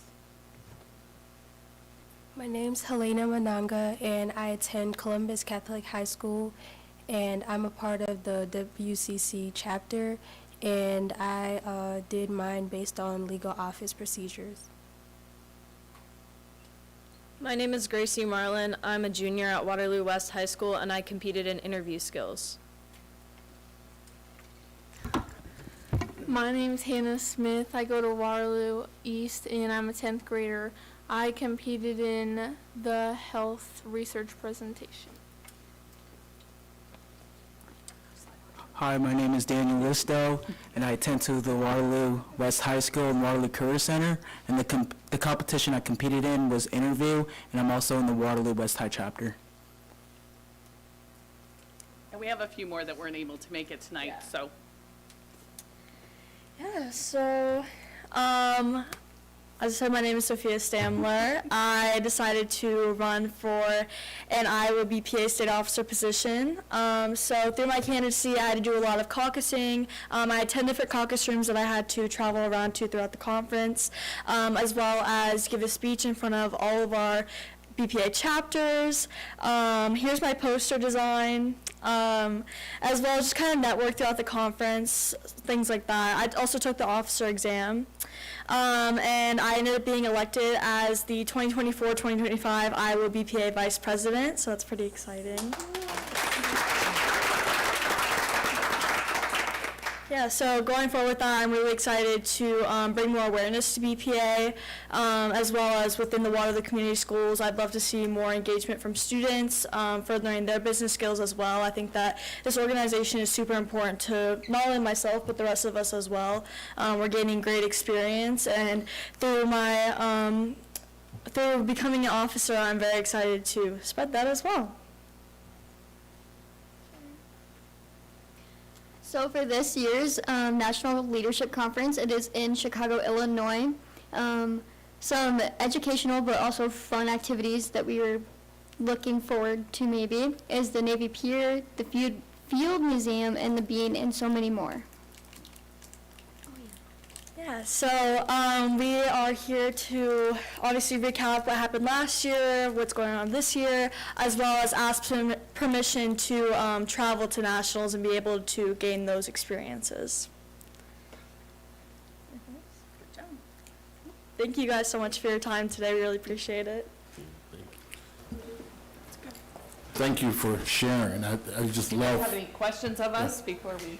No, just thank you. Thank you. Are you guys going to be fundraising, or how does this work for your travel expenses? There's going to be a little bit of expense to the student, and they all understand food and a few things like that. Most of the funding actually comes out of our Perkins, and so we are graciously thanking Jeff for helping us get through the Perkins and allowing our students to use that money to participate in activities like this. First, I'd like to say congratulations, Sophie. Yep, wonderful. The one thing I think I heard, maybe one lone senior, but you all, the possibility of you coming back again after you take this trip and then recapping on next year. We've got a couple like 3-year members She's been in and it 2 years. since she was a freshman. Yep, so she'll be a 4-year member. Nice, nice. Sophie So- will too when she gets, yep. Yep, so I think I only heard, in this group, only one senior, I believe. Right, there's a couple more that aren't Thank you. seniors that weren't here tonight. Okay, so that's wonderful to get involved in something of this nature early on in your career. And I think you said it best, the opportunity to engage with other students, but also learn valuable skills that take you further and further. I'm not a real big public speaking person myself.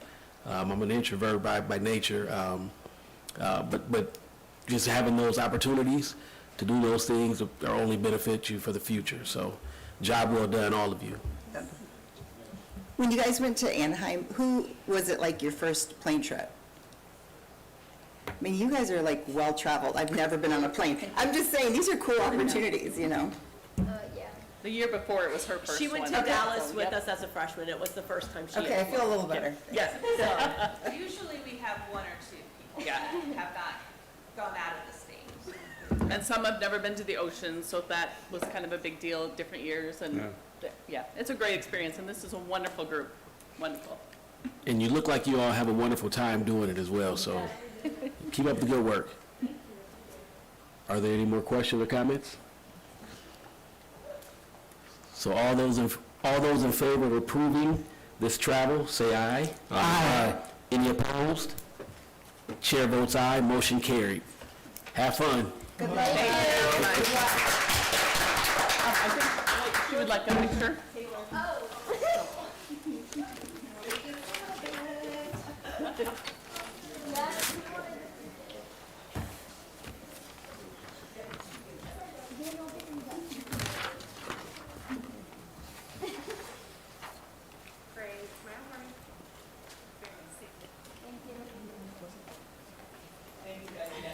Thank you.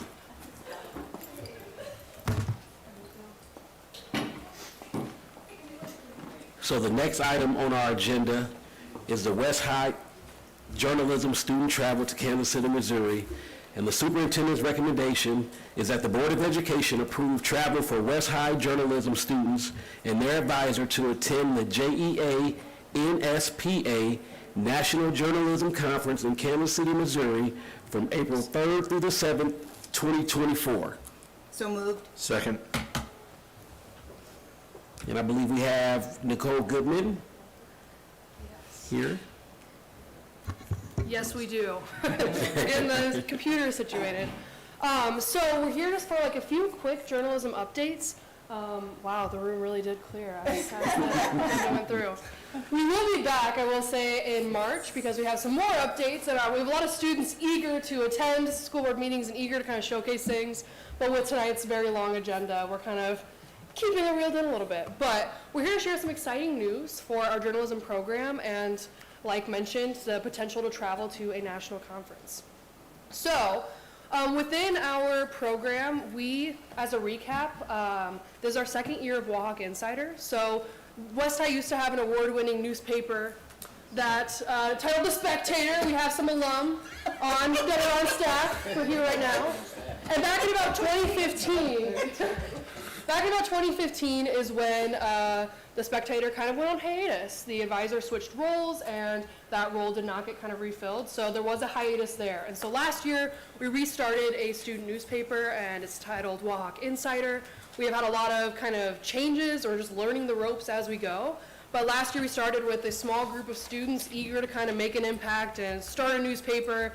And we started with an online platform. This year, we were back here, oh gosh, was it November, where we showed our very first news magazine. Yay. So we're doing a print publication this year. There's a lot of really cool things happening. Yeah, and we were sharing our news team of the year, our exciting accolades that are happening. But we work a lot with the IHSPA, the Iowa High School Press Association. And with them, most states have their own press association for high school students.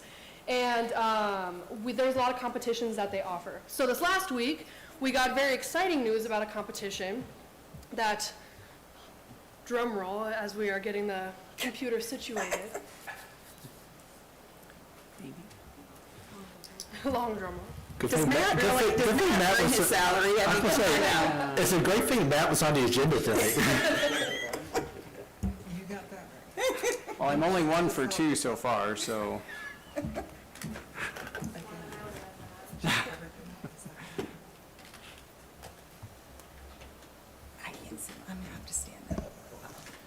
Thank you, Matt. You're the best. No pressure on him now. Yeah, right.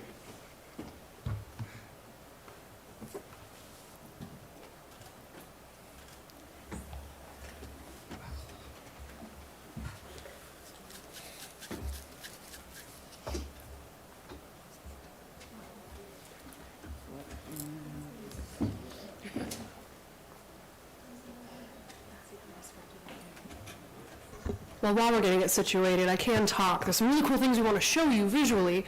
But we, this last week, found out that we have the 2024 Iowa High School Journalist of the Year. And so Allie Parkhurst won this amazing award. It's so exciting. And in the history of Iowa competing in this award, this is the very first time anyone from the Cedar Valley has gotten it, and the very first time that anyone from Waterloo has earned this award. So she holds the state title for this year, and with that, I know, that's why I'm really hoping to get the visual, so she can show off her really cool portfolio. But with that, she gets to compete at the national level for the National Journalist of the Year, which we have never had an Iowa person win that. So the potential is all there, but the amount of tears that happened in this year, okay, this is a good sign. This is a great sign. All right, let's go. All right, the amount of tears that happened in our room this last week when we got the announcement, the amount of little mini parties that we threw, the amount of cake we've consumed. It's been a very exciting week, and I'm sure Allie can testify to it herself, the amount of tears that just have been shed. But there's a little blurb here, and I don't know if, you all can see this on your computers, correct? Yeah. I don't know if it lets you. If you click on it, I did link the press release that IHSBA put out. I don't know if it allows you to do that or not. Yeah. No? Okay. But IHSBA kind of put out their own press release. And so they wrote about Allie, wrote about all the amazing things she's done. I'm going to have her scroll down. I'm going to read what the judging committee stated, and then I'll give her an opportunity to really show off her portfolio. So the judging committee stated, Allison displays a passion for reporting, editing, and leadership that helped her play an instrumental role in reviving high school journalism in her school. Her writing is sharp and entertaining, and her devotion to journalism that represents and informs her audience is strong. Her initiative and enthusiasm produce some big shoes to fill when she leaves West. And they say so many nice things. They sent her a very nice long email talking about all the things they loved of her portfolio. And within that, they did talk about how she has a very clear future in media and in journalism. So I'll let her kind of talk a little bit and show off her portfolio. Okay, bear with me. I cry every time I talk about this, so I apologize. This is your heads up. So this is my homepage. It's very lengthy, so I'll run through it as quickly as I can. It's my personal narrative. It's titled Room 309, which is our newsroom, Miss Goodman's room. I won't read it because it's about 2,000 words, but this picture here is actually when I was on the Kitchell Cougars newscast when I was in 5th grade, kind of where my journalism started. This picture celebrates my 50th published piece, which happened right before prom last year. This is me and Allie Knight holding hands right as we found out we were News Team of the Year. It's a blurry picture because my photographer was also shaking and screaming. And then this last one here is me with the News Team of the Year banner. And then these are some of my favorite pictures that I've gathered over the years. So next up is my reporting and writing. I feel like that's probably what most of you would know me for, is my articles on Wahawk Insider. So these top two have won a national award called Best of Snow, which is the organization that we go through. So that means that out of all the schools that have applied across the country, I have two articles that have won that award. So these are some of my feature articles, some of my opinion articles, some of my sports, only 3, even though I have about 50 sports articles. Next is my design. This is some of the yearbook spreads that I've done in the past 2 years. I don't have any from my sophomore year because we switched companies. Oh, there you go, Jesse. Here's our wrestling page from last year. I saw the cheer picture coming too. There you go again. This is our All-American this year. It's the fall cheer page. And then this is the new tradition West High has, the Staffers senior basketball game. These are some of the print spreads that I've done for the print magazine, including a cheer one. The Prophecy, which was our cover feature for our first magazine. Yeah. And then also, this is my award-winning Best of Snow for Comfort Behind the Camera, which is about Talon Nelson. And then I ran all of our social media accounts last year and part of my sophomore year, so here are some of the posts that I've made. I also helped on the softball social media page, Instagram, which is this one, and then the cheer one, which is down here. And then here's some of my web design things, just things that have been on my articles that I've made. This is our design process. I won't bore you with that. It's very lengthy and detailed. Next is photojournalism. This is my favorite one. I am rebuilding my portfolio right now. We got critiques from the IHSBA conference, or the IHSBA judges, so it's in the process, so it's not as thorough as it should be. These are some of my sports photography pictures that I've gotten. Oh, that was my niece. Where? That right there, yeah. Libby? Keep going, I'm sorry, just keep going. No, it was above that, that's okay. But most of these are from the past year, so I still have to get back in there and add more. Some people, some academic ones, I don't have a lot of those, but here's some of you guys actually. Graduation last year, we've got Dr. Smith at the Savvy Bean grand opening.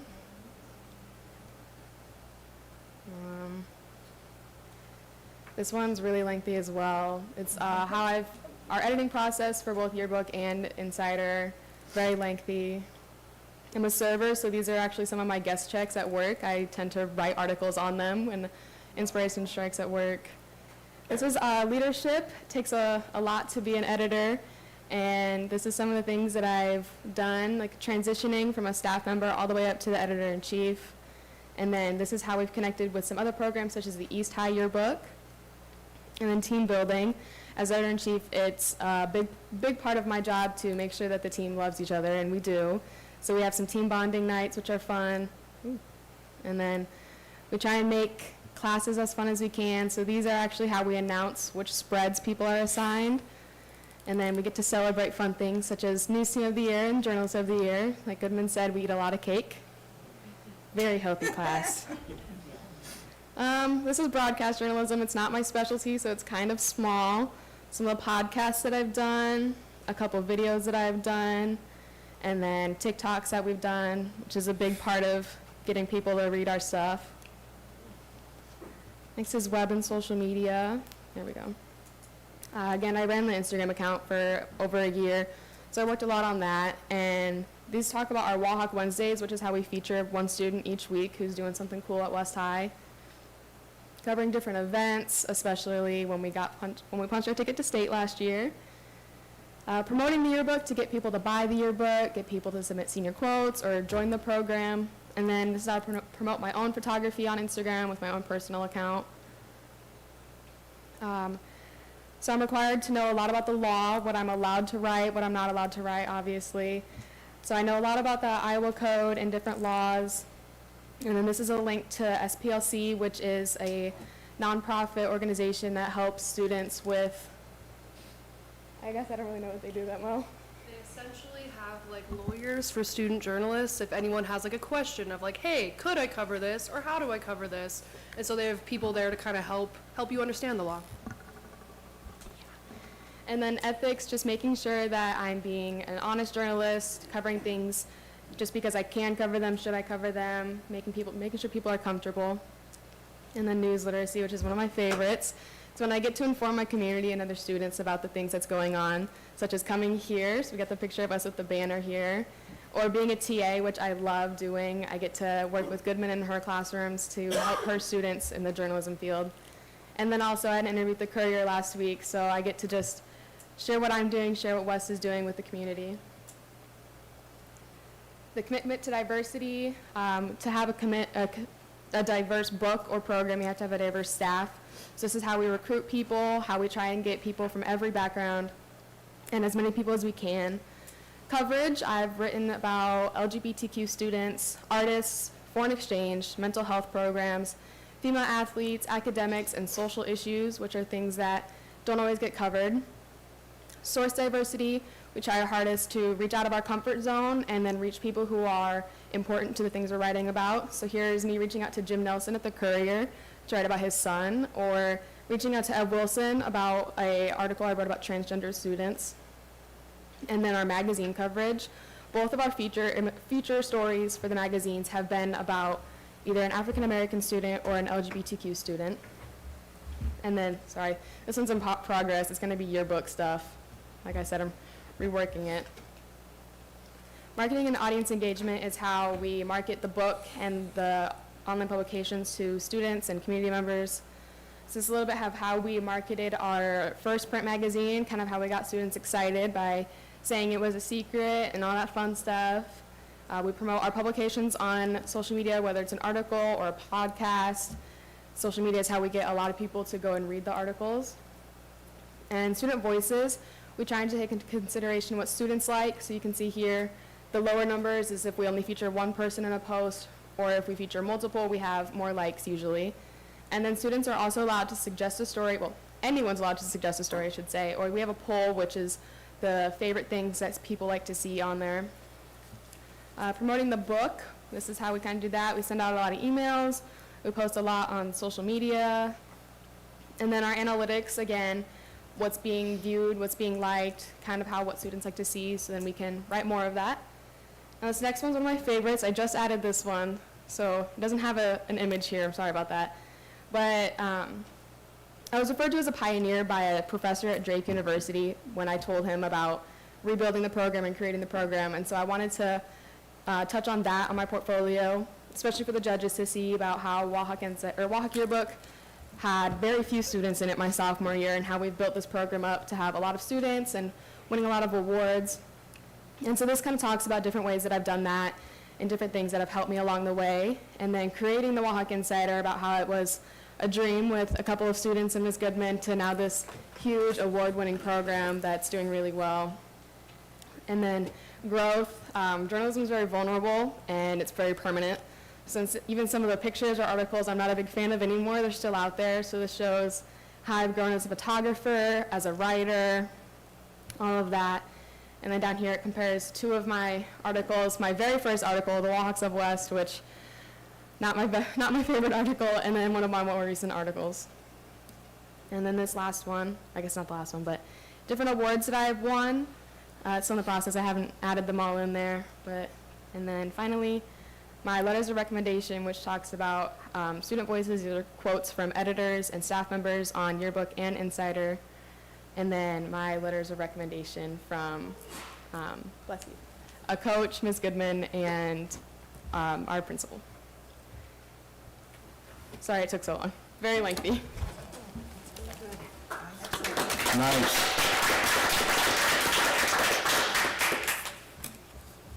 So this is very lengthy, and I'm glad Allie walked through every single page, because these are all the requirements for the competition. They give these categories and say, here are the things you need to discuss, you need to demonstrate, you need to show.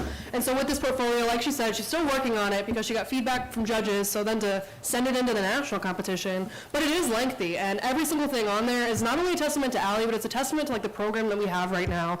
We have such a strong group of juniors and seniors that have dedicated so much of their time and high school experience to kind of making Wahawk Insider happen. And so we have so many students that are beyond, I could start crying if I let myself right now, but we're so proud, and Allie is a testament to just how much time and energy is devoted to this program. So if you have any questions for Allie, I will let you ask those, but I'll talk about kind of why we're here also, is not only to celebrate, but also to hopefully travel. But does anyone have any questions for Allie? I have just something real quick that I'd like to say. Allie, this is so impressive and so incredible. But one thing that I noticed that might be missing from your pictures and your coverage is fine arts. I don't see a lot of fine arts in this. That might be something you could add for taking this profile to nationals. So that's my one suggestion, tiny suggestion. Oh no, I understand. That's what I've been working on. It's hard to cover everything, and there are some people who kind of we all have specialties. Most people know me for sports photography, but that is something that we're working on. We have a lot of those coverage from other students. I just feel like I don't have it a lot myself, so I am working on that. Thank you. Congratulations, Allie. Seriously. I mean, I've watched from afar, I watched you taking pictures when you were first starting. I'm like, why is Lydia's sister taking? Oh, we started the paperback up. So, watching you with your book and newspaper grow, and then, I mean, So Mallory talks about your leadership and like how much she enjoys getting to learn from you. So just doing that as a student leader, because that's really not even, yes, that is a huge part of this that we need to really applaud, is that it's not just you doing your thing, it's you leading a bunch of kids who have never done anything like this.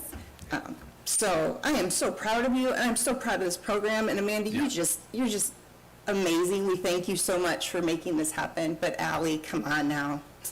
Thank you.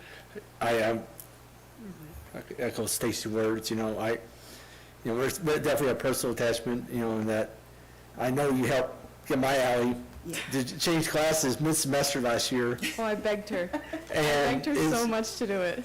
and get her a little bit out of her comfort zone, but it's been transformational for her. And that's your leadership, but also your friendship and connecting with people and inspiring them, because it's totally changed her direction, and it's been probably one of the best things that's happened in her life is getting in this program. So hats off to all the great work you're doing. It's just amazing. It's going to be just the sky's the limit for you. I hope you just reach beyond what we could even imagine, and thank you for being a leadership in this program and inspiring other students to go there. Like I said, personally right here too, so thank you. And Ms. Goodman as well. Both of you just been amazing for my child, and it's great to see the heights of this we're going here. Who I just accidentally called Amanda, whose name's Nicole. So sorry. Thank you. I'll keep my comments short. I know Dr. Smith has something to say, but wow. I'm amazed. Thank you. I don't know what else to say. It's Can you share very with us too? extensive. Can you share this with us when you're done? Oh, yeah. For us to see at home, If you go to the IHSPA, if you just go to IHSPA, she's one of the first things on there, and they link it at the end. So it's all linked right there. Sorry, Astrid, my brain just. No, you're fine. Great job. Amazing work. I usually leave the questions for these guys, but I'm really interested. Did you do that whole website yourself? Yes. So, to flex it a little bit, most people start this portfolio when they're sophomores. It's something that a lot of programs, especially at Iowa City West, they really do this for years at a time, and they start their portfolio as sophomores and they just add on to it. And I started this portfolio about 4 months ago, the end of October. After the IHSPA conference, I really wanted it, and I just put my mind to it, and they kind of said, I've never seen anybody make the actual portfolio in that amount of time, and I did. They actually moved the deadline up. The deadline's usually February 15th. This year it was January 15th, so I had, seriously, just over 2 months to do it. Yeah, just over 2 months to make the whole thing. And a trip to Hawaii. I worked the whole plane ride. I bought the Wi-Fi, the whole 8-hour flight. Cool. I've made my own website. Oh, it's hard. And I'm like, whoa, that's on a different level. That's impressive. So. Yeah. Yeah. Thank you. Yep. That's awesome. Congratulations. Can't wait to watch you from here on out. You mentioned that there were quite a few juniors and seniors that were really engaged. How are you going to get those those freshmen and sophomore involved? Because this has to keep going. What are we doing to recruit others? So social media is a big way we do that. I ran our social media for the last couple months of my sophomore year and then all of my junior year. And I passed it on to a junior this year. Her name's Jana Gomez, and she's done a great job with that. So we really promote the program. We kind of like to make other people jealous a little bit. So we post all of us eating cake, and we took a trip to Chicago, and that really gets people interested because they want to do that too. So then it gets people asking questions, and I feel that with the platform I have, being seen with a camera a lot will get people asking, and that's been a way that I've gotten other people interested. But really, the English department helps us out a lot by telling us which students have very strong writing or they think would benefit, and that's when the begging comes in. Like with Allie Knight, I knew she would do great, and so you just got to ask, and you have to step out of your comfort zone. And we actually had somebody tell us no, and then he ended up joining at semester this year. That's awesome. So, well, thank you for your leadership. That's awesome. Thank you.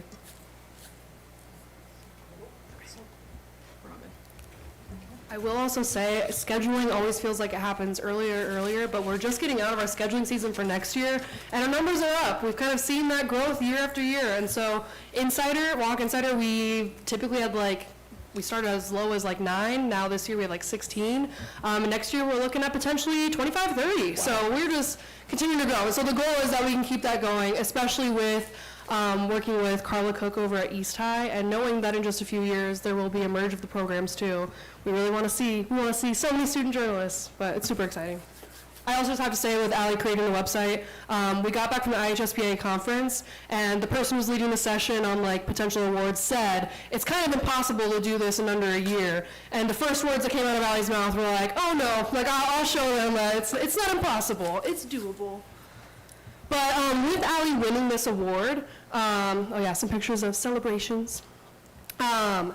She now gets to submit her portfolio for the national conference. And so in developing and growing this program, the goal has been to kind of look towards national conferences, but every year has kind of felt like one step at a time. Last year we got Walk Insider off the ground. This year we started a print news magazine. It just kind of felt like one thing at a time. And so the goal really was not to attend a national conference this year, but with Allie winning Iowa Journalist of the Year, that competition does happen at nationals. And so then it kind of became a little bit more of a eminent priority of, okay, let's see what we can do. And so I'll pull up a little potential itinerary. We've been working very closely with Andy Meehy, our head principal at West, and he was in very full support of this immediately. But the conference does take place April 4th through 6th. So that first week in April, and what it is it's an entire conference dedicated to high school journalism. There are thousands of students from all over the nation that go and attend. It's full of workshops, boot camps, competitions, and then some of those big national awards. And so the goal is that we are ideally able to at least take Allie, but honestly, hopefully take a small crew to this national conference, because again, it's not just Allie, she's the one winning this award and has done so many amazing things, but we also have a lot of students that are also kind of the backbone of the program. So we kind of mapped out, a lot of this is from the conference itself, but there are a lot of competitions, a lot of things happening. There's a website with all the information, but cost, we are looking at, the more students we bring, the more money that does equal. We've been working with the Waterloo Schools Foundation to see what's possible there. We actually applied for a few scholarships through JEA, which is the Journalism Education Association, to see what they could potentially cover, because they do scholarships for conference attendance. But Andy Meehy at West has also, we've been working and sitting down, and he was able to find some money in the budget to, if approved tonight, we are guaranteed to at least go, if that's just 2 to 3 people, but we're kind of trying to see additional funding to see if we can at least, it's in Kansas City, at least fill a school van with 5 to 6 students if that's possible. So that's kind of our ask for tonight, is if we could seek approval for getting Allie and getting a few of our rock star student journalists to this national conference, which wasn't necessarily on the docket for this year, but we just couldn't be more excited or couldn't be more proud. And I kind of blew the secret at home with Mallory, because I didn't know that it was not something that they knew about. And so, yeah, she's advocating very hard to go. So I'm hoping that you can take additional students. And if you need another chaperone, let me know. Thank you. So any more questions, comments? How will we be able to decide if they can take more kids? Is it just a funding issue, or can we approve for what your high end is? Is that what we do? Yeah, you're approving travel.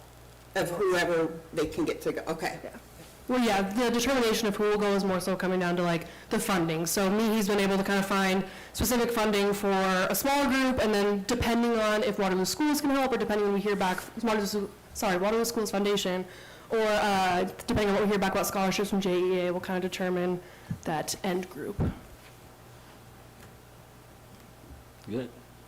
I'm so excited. I'm just ready to, bust. So yes.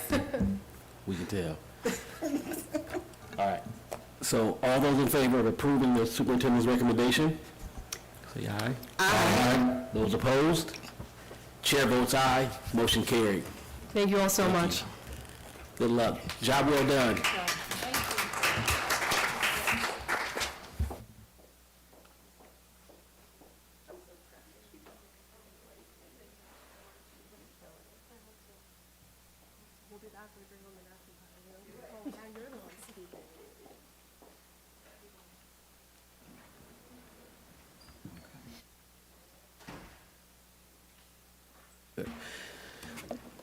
And now for our consent agenda. Tonight's consent agenda consists of 7 items.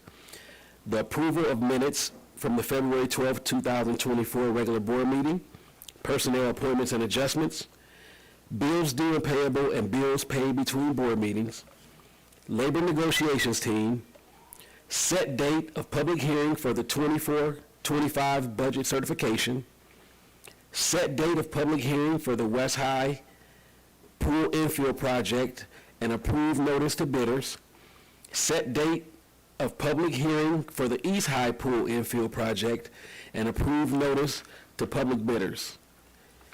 Can I get a motion to put these, are there any items that board members want to remove? Can I get a motion to put these on the table? So moved. Second. We're fast. Right. You got to be fast tonight. All those in favor of approving these? Aye. Aye. Any opposed? Chair votes aye. Motion carried.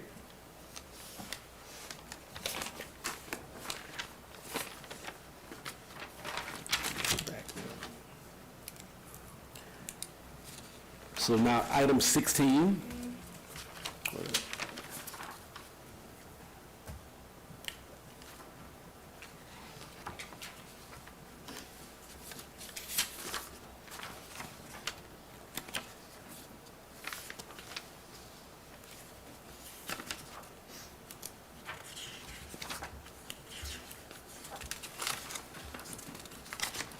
Gotta find my spot.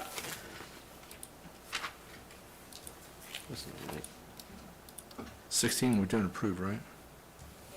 So we're That's the national trip, BPA. So, 14, excuse me, 14. Donation from McElroy.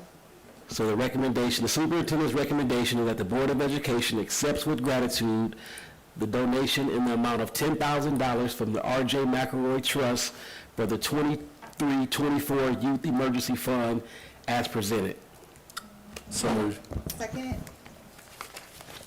We do need to amend that recommendation. I just saw that. It's actually an $8,000 donation, so do a friendly amendment. So we'll do a friendly amendment to the agenda and note that the amount is $8,000 instead of $10,000. That was I'm good. Jesse and Stacy. Yep. Just say yes, right? And this is it's a regular donation that we're getting from the McElroy Trust. And earlier this year, I did have a conversation with Shanley, former president here. But Shanley she works over at the McElroy Trust, and she said, you know, if we could do one lump sum check and then each individual building can contact the business office when they need. So that's why we are seeing a lump sum rather than money being specified for West or for East or for any specific elementary school. So, and then those requests just come into the business office. I think that's a really good idea. Yeah. Does it make things simpler for you guys?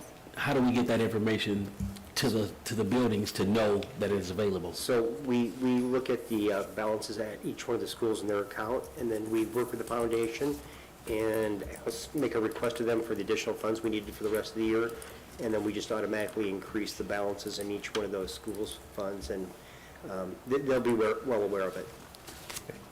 Do the buildings, you just keep an even balance at all of them? Is that how it works? Or based on enrollment or whatever? The high schools get a little bit more, and then less for the middles and less for the elementaries, but we always start with at least like 500 at the elementary and up over 1,000 at the high schools. What is this used for again? I know we've talked about it before, but what kind of things do we use it for? They've left it really wide open. We see a lot of times it's used for student needs essentially, but a lot of times for clothing. Okay. Students come to school without maybe winter boots or coats, but anywhere from eyeglasses, prescriptions, all kinds of things. Okay. Anything that they would deem an emergency for students. Yeah, above and beyond what we normally supply at the school. That's awesome. Any more questions? So all those that are in favor of the superintendent's recommendation, state aye. Aye. Any opposed? Chair votes aye. Motion carried. We'd like to thank the R.J. McElroy Fund for that donation. The next item on our agenda is item, I think we're at 18, correct? 15. Jeez, I'm way off. You did. I'll get it together. All right.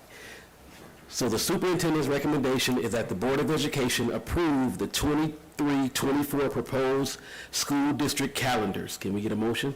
So moved. Second. Any question?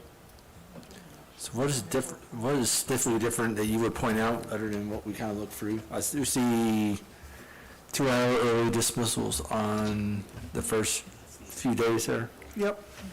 So before I go into some of the just real quick overview of the changes, I will say I feel really good about the feedback that we gathered that arrived to these decisions. A lot of back and forth between teaching staff, administrators, district office, back and forth at a few different iterations. So probably the biggest changes you're seeing is we do the rolling start, which is something we've done for at least a handful of years. Something we're also doing the first 3 days is a 2-hour early dismissal on the first 3 days of school. This was actually just this year. We actually had really hot days to start. Yeah. It seems like the first few days of school are always hot, and we're going to talk about air conditioning here in a little bit, ironically. But the feedback we got was that there was it kind of helped to ease into things, to have those early dismissals on those first 3 days. So that was something we gathered feedback this year from teachers immediately after we had those early outs to start this year, and almost unanimously teachers were like, please give us this moving forward. So all these decisions were really teacher driven. So that's the first one. The second one is we moved back conferences from October to November. Again, that was teacher driven. They just like the dates better. There's a lot more that goes into it than I'd be able to speak about right now, but it was like a unanimous, let's push this back until November. I like that though, because as a parent, you go in and they haven't really done much yet at October, There's a lot of rationale behind that. December, you can see we wanted to give a full 2-week break. Again, that was like that was something that we heard pretty strongly. So what you're going to see is a 2-week winter break. The only difference is the third will be a staff work day with no students. So students will have a full 2 weeks worth of winter break. Staff will have almost a full 2 weeks, but on that third, it's just a work day for them to get some work done. Other than that, there's not a whole, those were the biggest changes. So are we not doing those 2-hour days for planning those? Nope. So next year, what we've done on those blue days, you see a lot of blue days on Fridays, right? Yep. Those blue days, because we admit our teachers are missing planning time because they're covering classrooms for the sub shortage that we have, just like every other district. And so what we're going to do is alternate PD day, work day, PD day, work day on those blue Fridays. That has not yet been decided exactly what days will be which, but instead of the 2-hour dismissals, which have been very good feedback thus far, well, the one that we've had, I think we just had one, very good feedback. We're actually building that in the calendar next year. Awesome. We'll have some planning time. So I feel like this is a very staff-friendly, unanimous, I heard really only good feedback on the calendar. Yeah, the only thing I wish we did start on a Friday and have 2 days off, kind of almost like it's a reset. But first day is first day, and it gets acclimated in a short day, so yeah, it's probably a reasonable compromise. So. Well, and it's really only those kids that are K-1269, so the 6-9 especially, it's Yeah, kind it's of the first walking around kids the in. building. And the kindergartners. Yes, Getting them yes. acclimated to a new building. Yeah. For So I that think regard, that- it's not too bad. Yeah, you Yeah. know. For the new board members, that's the first day you can legally start school, is the 23rd in the state of Iowa. So, most districts, you're right, it's a little weird to have it on Friday, but most districts will choose that 23rd to go back to school. You'll see, you've already put it at the end, and everybody's already be done at the end, so. And we do need to make an amend to the recommendation. It should state the 24-25 proposed school calendar, and it states the 2023, 2024. Oh. Should be the 2024, 2025. Good. Yep. So all those in favor of approving the calendar, state aye. Aye. Any opposed? Chair votes aye, motion carried. I like, because you had a big team of people like working on this too, and I think that was you do a great job, Jared. Thank you. Oop. Let's do it again. 18. 18. And I just flipped my page and I was gonna do it again. So I gotta make notes or rip the pages out when we finish it. So continue with our agenda items. Item 18, Internet Service for Waterloo Community Schools. The superintendent's recommendation is that the Board of Education approve the 3-year 10 gigabyte internet service proposal from Arion and sign the applicable agreement. And we have Matt O'Brien here to answer any questions Good evening. and to explain what we're doing. I'll try to keep Can we get a motion? So moved. Second. Matt? All right, I will try to keep it brief, knowing that it's 7:15, we're moving the night along. Just briefly, because I know we have a few new board members that may not be kind of used to these processes that we go through. There's a federal program which is known as E-rate. It's administered through the FCC, and it exists to help schools and also libraries pay for the cost of internet service. So every time that we go out for bid for internet service, we always do it within the provisions of the E-rate program so that we can apply for funding to assist with that. The district actually has 2 internet service providers. One of those contracts is up at the end of this fiscal year, so the proposal before you tonight is replacing that service. It's currently a 5 gigabit service that will replace with this contract, which is a 10 gigabit service for 3 years. So as was mentioned in the motion, the recommendation is to approve the service with Arion. Wait, I'm sorry, so we still have the 5 with somebody else then as Correct. well? So we currently have 2 service providers, each of which have a 5 gigabit service. So we're only replacing We're one only right now. replacing one of those. So next year, if this is approved, then we would have a 5 and a 10 service. Yep. So this contract is good for a 3-year contract. You'll note that the cost would be around $1,400 a month. However, if we're successful in receiving E-rate funding, which we have been in the past, then the district would only end up paying about 10% of that cost. So It's cheaper than my home internet. by the time you calculate the potential money that we would get reimbursed through E-rate, then yeah, it's a pretty darn good deal. And we've actually seen bandwidth costs really decline in the last several years as well. Honestly, I think every time that I've brought a contract before you, the cost was probably less than the last time, which is, you can't say about most things that come before you, so. Any other questions I can help with? No, because my only one had been like, oh, I was a little nervous if you were replacing the 2 5s with one person, you know? Yep. No. And I do think it's a good idea to go to the 10. I mean, it just makes sense price-wise to get 10 from them. So, well done, Matt. You always get the best deal for us. And my friend is, he's like head of tech at CPM, and I had him look at it. He's like, that's amazing. So, yeah. We were pretty pleased with the bids. The SpaceX bid was kind of funny. That was the first time they bid as well. I had a bit of a chuckle over that, too. Any other comments, questions for Matt?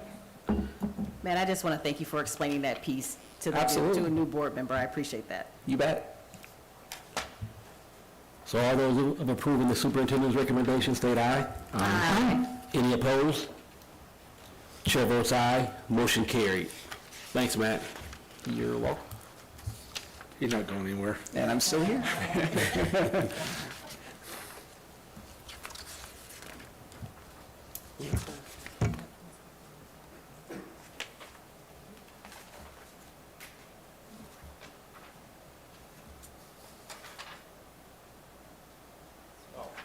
I thought it was, okay. So moving along, item 19, the network equipment purchase. The superintendent's recommendation is that the Board of Education approve the purchase of network equipment from Arcor Wireless at a total cost of $142,024.70 and two FortiGate 3001F firewalls from Sterling Computers Corporation at a total cost of $195,251.84, subject to being approved for the majority of E-rate funds the district will apply for. So moved. Can we get a second? Second. Can you repeat that again? I will. You'll love my agenda items that always have like the mouthful that you get to read, right? It was. So there's a second portion of, or second part to the E-rate program, which also allows schools to apply for funding to help us offset the cost of equipment, network equipment, and also firewall equipment for the district. So similar story that whenever we seek that equipment, we always do that through the E-rate program rules and through the auspices, so to speak, of the E-rate program. So the agenda item tonight is a little wonky because it will actually come out of next fiscal year, but the E-rate program has several hoops that we have to jump through. The application window that I have to actually apply for the funding is actually open now through March. So I'm asking you to approve the items tonight, which then allows me to apply for funding, and then hopefully, assuming that we get funding, then we were able to order the equipment at the start of next fiscal year. So hopefully then get the equipment in July. So two parts to the purchase tonight. The first is a pretty routine part where we cycle through portions of our network every year to upgrade those. So our board members that have been on the board for a while are probably used to me coming before you all around this time of the year for that. That's a pretty typical purchase. The firewall purchase is, I will say, atypical because that doesn't come up every year. So the firewall is actually what I would say is our most critical piece of technology in the district. And that's both because it's really the main, the big daddy, so to speak, in terms of our security appliance that stops kind of a first layer of defense, stopping bad things from getting into the district's network. But then it also is critical because it manages all of the district's internet traffic, which if you think about our 16,000 plus devices, most of that traffic ends up going out to the internet now, with obviously more and more things being internet-based or cloud-based. So it's a really critical piece of equipment. Our current firewall is going to be 6 years old, which is typically the replacement age for a firewall is between 5 and 6 years, so it is due for replacement. So that's why we went out to bid, and that's the proposal before you.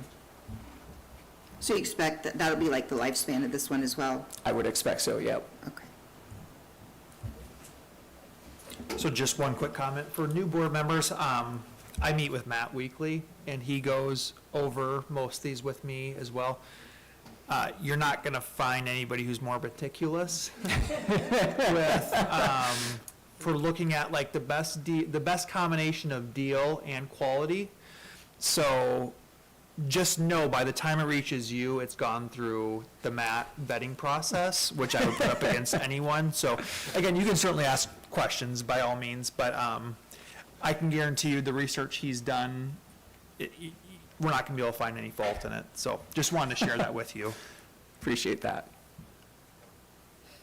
After that, do we have any questions? No, I only ask him because I know that he's amazing. I want the world to hear it, so. Thank you. So all those in favor of approving the superintendent's recommendation, state aye. Aye. Any opposed? Chair votes aye, motion carried. Thanks, Thanks everybody. again, Matt. Thanks, Matt. Appreciate Have a you. good night. So the next item on our agenda, item 20, is the physical plant and equipment levy, and this is for information only. I see Zach Kelly is coming, Director of Operations. We have Dr. Jared Smith and Jeff Summerfeld can give us a little bit more information. I can give some details, though. The physical plant and equipment levy, acronym PEPL, is a voter-approved levy that generates funds the district is allowed to use for very specific purposes such as equipment repairs, upgrades, and purchases, along with property purchases as well. So we have Zach can give a little explanation on the projects that'll be coming forth. Yep, good evening, everyone. As Astrid said, this is just informational. This isn't a vote or anything to proceed with these projects. As the projects come downstream, we will have the vote pending, the design bid process. So this, we just wanted everyone to know kind of what we have in line for the next 2 years. The biggest and exciting news that we want to talk about, though, is the East High and West High pool infill. Currently, we, about 2 years ago, we got rid of the East High and West High pools. I shouldn't say we got rid of them, but we kind of decommissioned them just because of the work involved to upkeep them. Instead, we invested money into the Central Middle School pool with also some redundancy. It just didn't make sense to keep the pools up and going for the little use that they got. It was more than just a backup at that point. So these two projects, as we have rendering photos here, these aren't 100% of what it'll look like, but it's a kind of just to give you guys an overall look. There'll be some tweaks here and there, but the actual structure and the use of it will be the same. But currently, we would use these for wrestling during the season, and then off-season, we would be using it for a multi-purpose space. PE would be using it, dance, cheer, amongst other things down the road. These projects would start this summer and be completed. And then also the other exciting news is the Bunger Hoover track upgrades, and that would start next year, summer of 2025. Bunger's the biggest one that we have the rendering of, just for the fact that we're currently Bunger's track and field is limited as far as space. Right now it's roughly a 300 meter. We'll need a 400 to compromise. So that actually entails flipping the field and track 90 degrees to accommodate for a 400 meter track. And we've had questions with the rendering that we have. Is this an artificial turf? No, it is not. It's just a green space, but it's very green compared to the other areas around it. But it'll have irrigation, and as well as Hoover will have irrigation too. So those were really, and lastly, as Dr. Smith had mentioned, air conditioning. Yay! So I know that's been an exciting piece. East and west, kind of schedule-wise, we're looking, we would start some of that work this summer. Due to the time frame and getting equipment, if we wouldn't get it in time for this summer, but we can at least start the process just because the two projects are fairly big, that it'd be tough to probably complete them all in one summer. So summer of 2025 is when we would complete, which is next year for the air conditioning projects. What does that mean, split system? Just, will that mean that the whole buildings will be covered then, or no? No, good question. So a split system is a, they call it mini splits or a VRF. So trying to give a good example of what one looks like. A little bit of hotels, they don't really have the mini splits, but it's kind of comparison. They have the PTAC units, they're called. But this involves an indoor wall-mounted unit in the classroom. And then outside will be the AC unit or the condensing unit, they call it. So it'll actually do both heat and cooling. So the nice thing about it is we'll be able to kind of have a secondary backup just to help in the wintertime with the heat. Are these pretty energy efficient? They are, yes, they all have heat pumps in them, they're called, so there's probably the most efficiency out there as far as HVAC equipment goes, and it's probably the most efficiency as far as costs go as well. We can get into big with air handler systems that actually bring in fresh air, but then we have to run ductwork, and with these older buildings, we're kind of limited as far as that goes. Other than the air conditioning units at the two high schools, can you give us a time frame on the rest of the projects that will they be completed before the start of the 24-25 school year? I see Carver's reconditioned track. I know football will be coming up soon, the start of the 24-25 school year. Will these projects, are they slated to be completed by the end of the summer, mid-summer? Do you have like a time frame? Yeah, so some of these are going to lag into the next fiscal year, but as far as when the projects would be completed, they're outlined kind of in that order. But the Carver reconditioned track, yes, that would be done this summer, 2024. And then we just got our kind of routine, I call it, projects. You know, we upkeep with our vehicles, just the regular maintenance on those, it kind of getting rid of the old vehicles and then replacing them as we go, kind of in stages, kind of just like what Matt O'Brien does with their technology equipment. What is tuck pointing? Tuck pointing, so it's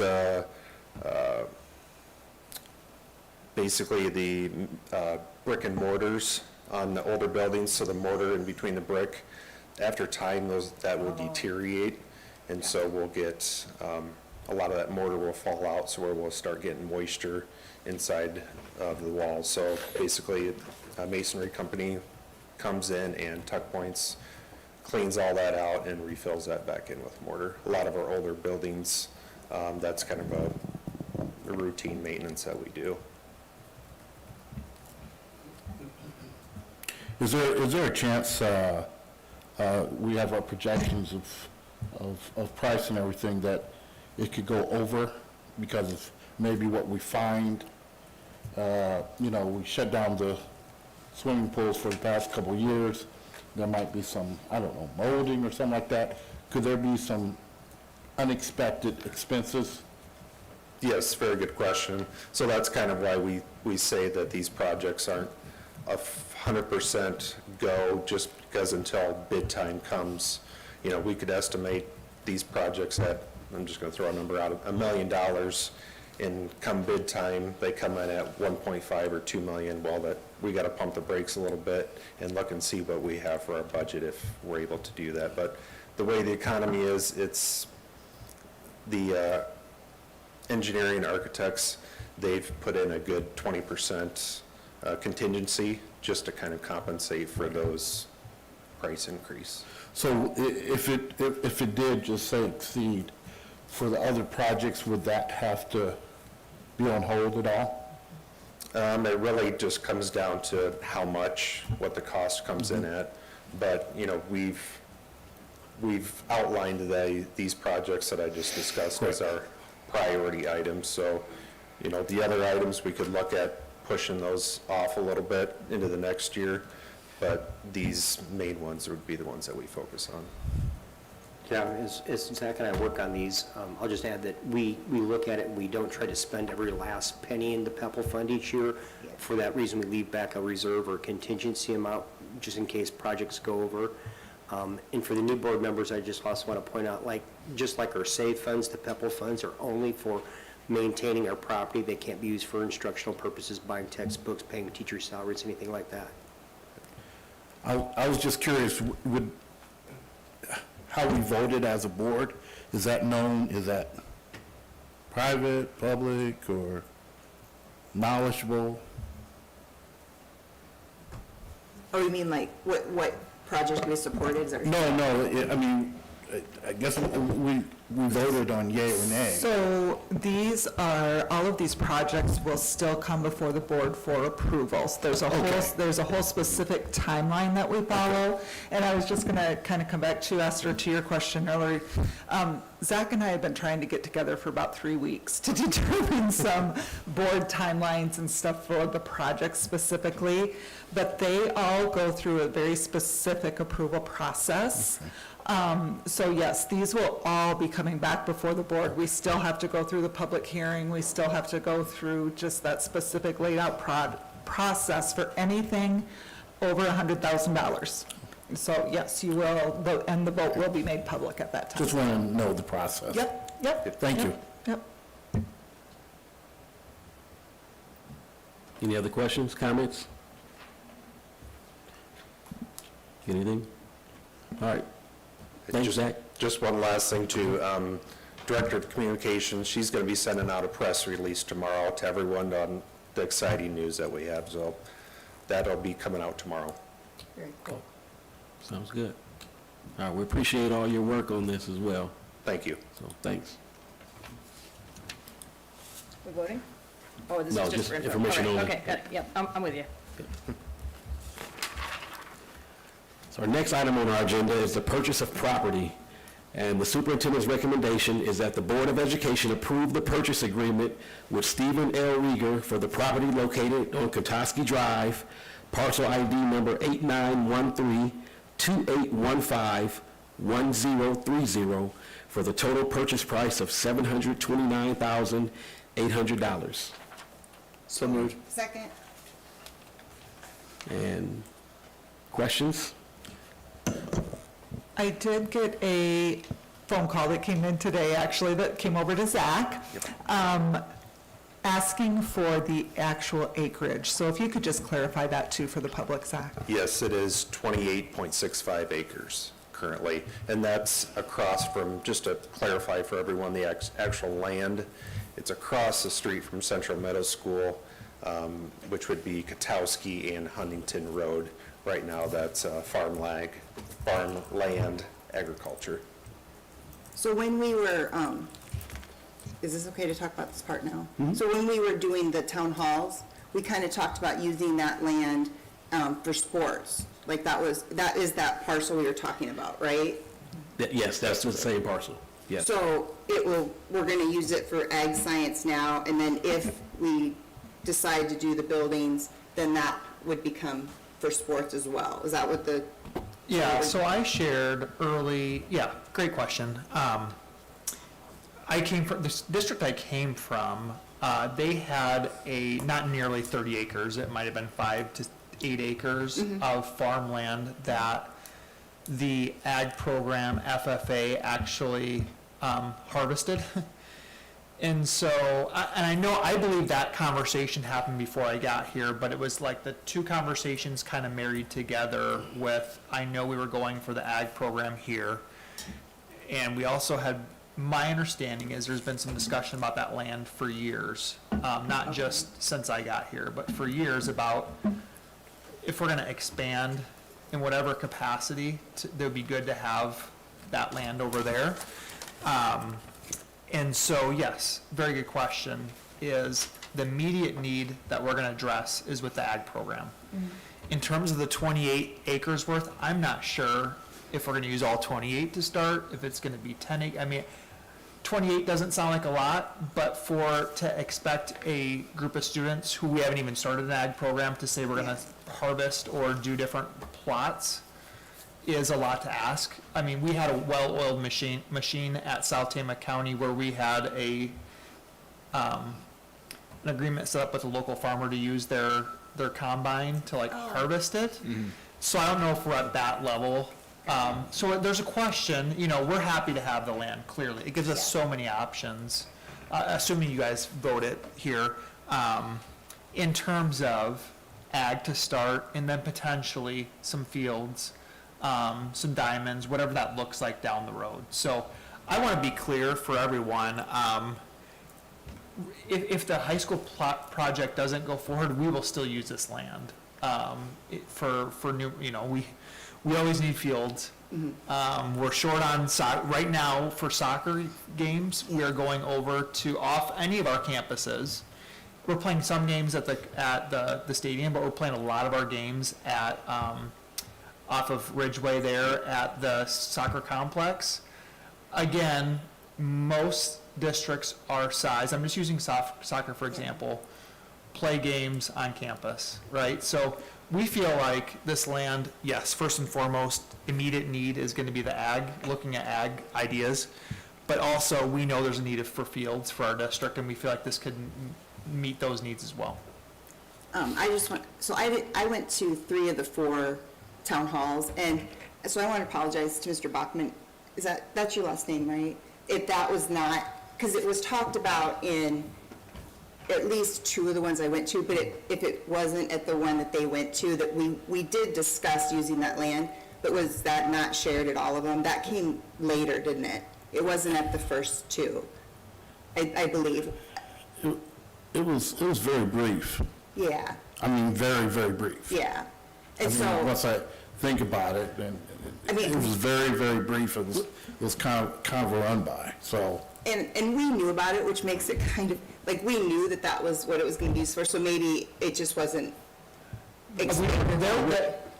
I wasn't at the one that. So the reason we were a little brief with it was because we were legally advised not to discuss the land in public, because it was still being negotiated, and so we had to be, and again, my apologies to anyone who, and if I overshared in one of those, I apologize about but we, again, during the discussion, during the negotiation. No, you presented it as this may be, right, but yeah. Yep. I mean, yeah, it was definitely a possibility. Yeah. And kind of moved up. Question, is this land in the flood zone? No, it is not. We verified that with the city. Even the land at the south of Central, that I think everyone, or not everyone, from some board members even thought that was in a flood zone, but we verified that with the city that is not. There's a levee right there to the south of that land. Southwest of Huntington and Katowski, there, that's still, they got a dike down through there, don't they? Correct. Well, I think initially that's what we were told until Zach did the research. Well, I know sometimes when, I think it's the right road, because I go to Central all the time, and I've been going it for years. I know it's like heavy snow or whatever, there would be water across the road. Hopefully I'm saying the right road. Huntington maybe is what you're... Huntington is, To the south. southeast. It would be to the south. Yeah, it would be to the south. If you kind of went into the one residential area. I do know that, me personally, I've seen actual water, that kind of thing, and you had to slow down and that kind of thing. I don't know if that's flood zone, but,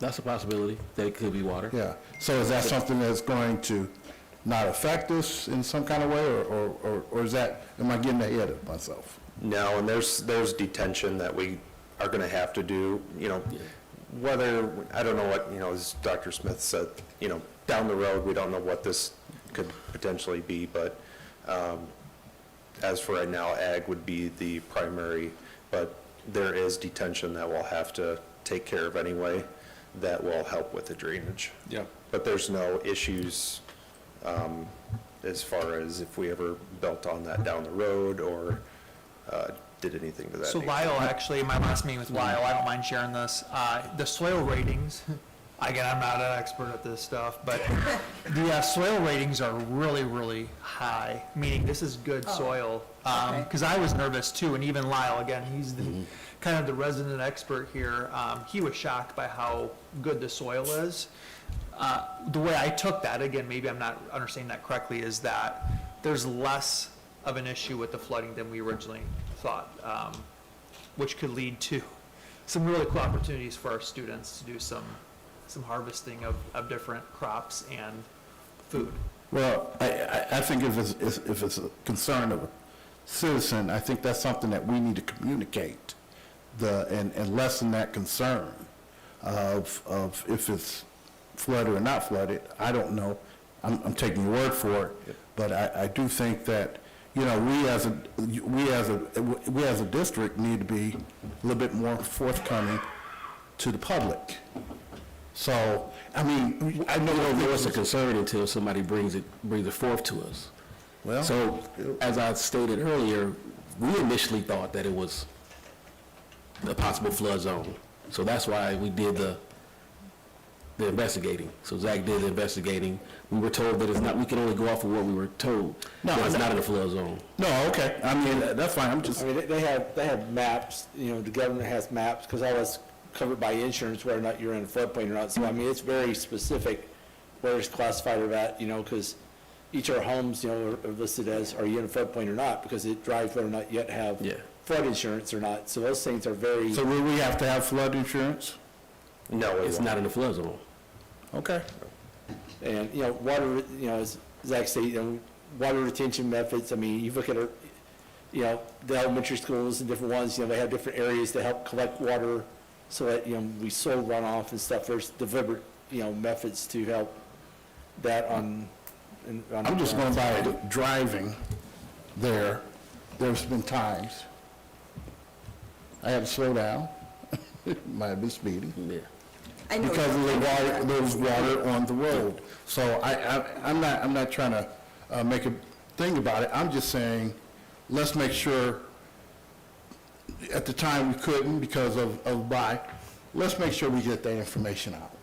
So just to clarify, this was verified by the city, correct? It wasn't just us going out there testing it? No, it was verified by the city engineering department, Jamie Knutson. Thank you. Yep. And the city is responsible for a lot of the making sure the water stuff, like, it's, a lot of it's their responsibility too, correct? They're very involved in the stormwater detention.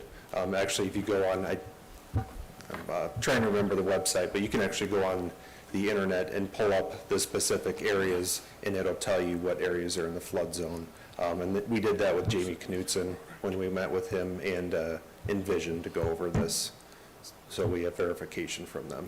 I'm sorry, I just meant that they're responsible for creating the, whatever needs to happen to help with the water runoff. Like, They do, a yeah. lot of that's their property to take care of as well. Yep, right? that's our involvement with them, is making sure detention's done correctly, and it has to pass city first before we do any of that. Okay. Stormwater runoff and all that is, you know, Absolutely. it's all, there's a lot of, heavily regulated, so it's. Very much, yep.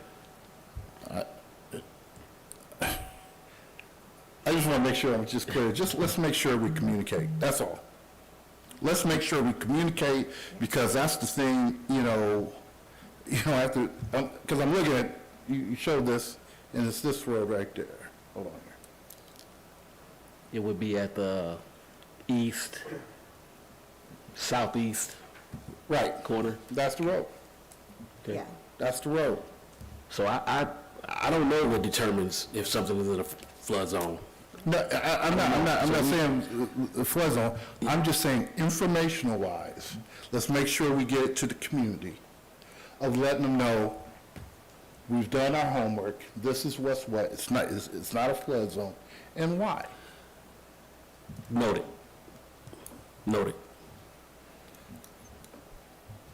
Any other comments? So all those. I was just going to ask, do you feel the price was competitive? Like, do you feel like we're getting a good deal in this? Yeah, I mean, for where this land is located, it's a prime location for development. I know the city was even looking at one point for developing as well, just for the location. For the cost, we felt like it was right. Okay. It was within our budget. Yeah. I just want to make sure it was I'm a clearance shopper It's a too. little, Make sure well, it's a good deal. yeah. Thank you for explaining the different ways it'll be used too, Dr. Smith. I appreciate that. And that was a good question, Stacy.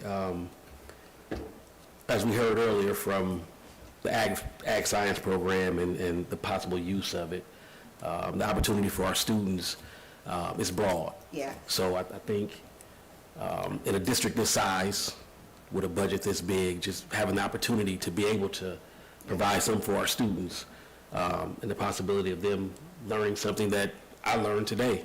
Yeah. I take that in consideration also. Just duly noted about the, getting information out there as well, too, so. Because that goes hand in hand. You know, yes, I think we need to provide some good avenues for students, but yet on the other hand, we also got to think about the public. Yep. Noted. So, all those in favor of approving the superintendent's recommendation, state aye. Aye. Aye. Any opposed? Opposed. Chair votes aye. Motion carried with one opposition.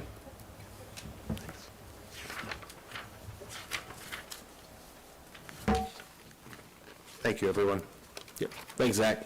We appreciate all your work and getting that information about the flood zone as well. We appreciate it. Thank you.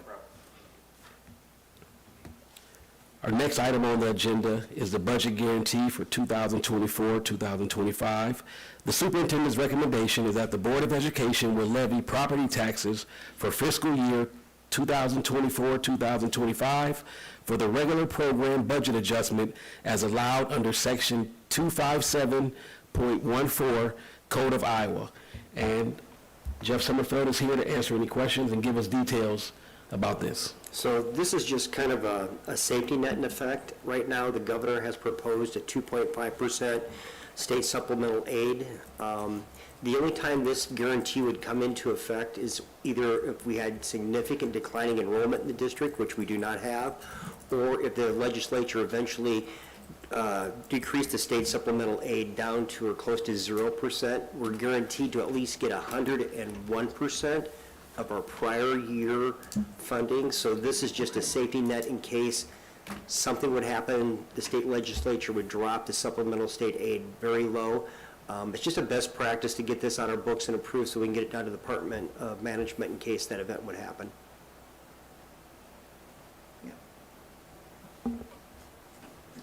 We have any questions for Jeff? So all those, so moved. Oh, second. Second.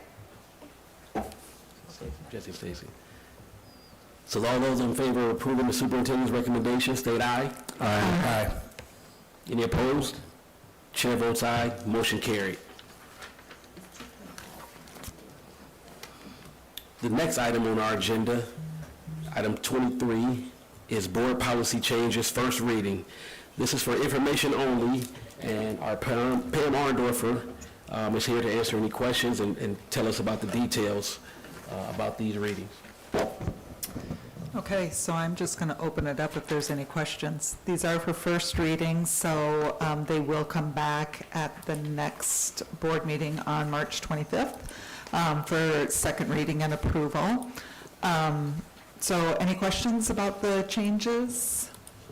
I just want to point out that we did work very hard, especially in the expulsion one, to not just keep in mind our special ed students, but, you know, what we do for our regular kids. It's, what's it called, in lieu of expulsion, right? Yes, in lieu of expulsion. And so just kind of looking at, we really dove deep into the expulsion policy, and we added the law, the code. The code, yes. Yep, that got added in the legal reference section on expulsion. Which I think is great for future boards to have too. So I just wanted to say, if anyone has questions, this one was really debated, and I think it turned out good. Yeah. Yep. Any other questions? Okay, these will come back on March 25th. And just a reminder real quick for the new board members, when it comes to policy, what you'll see at a policy review committee is there's going to be policy, there's going to be regulations, there's going to be exhibits. So those are the three different levels. The regulations and exhibits do not come to the board for approval. Those are just kind of more of a procedural type thing. So what you're actually going to see at board meetings is the actual policy.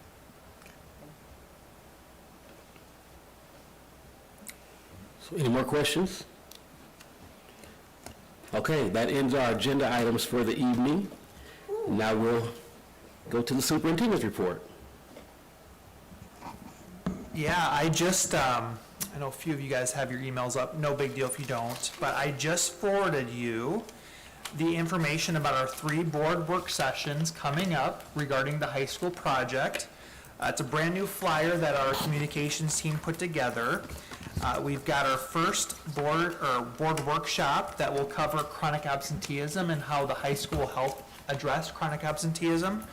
Will be held on Tuesday, March 26th from 5 to 6:30. Our second board work session, it should be coming in through your email here. I have a little delay on my email, sorry about that.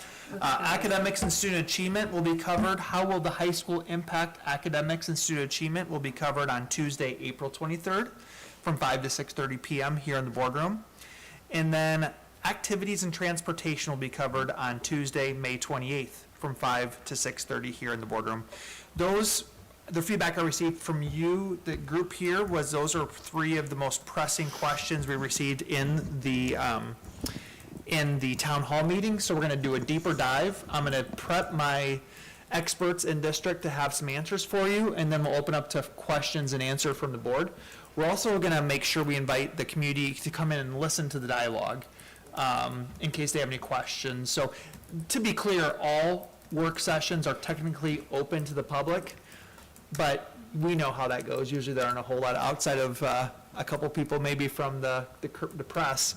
Usually it's not highly attended. Our goal is to get people to come to listen to some of the questions, get their questions answered as well. So that information will be going out. That's kind of hot off the press, what I just forwarded to you. We're going to get that. Yep, you got a copy there. So that will be going out here very shortly. So we're going to get the word out to make sure we get people to come check it out. That's it. Thank you, Dr. Smith.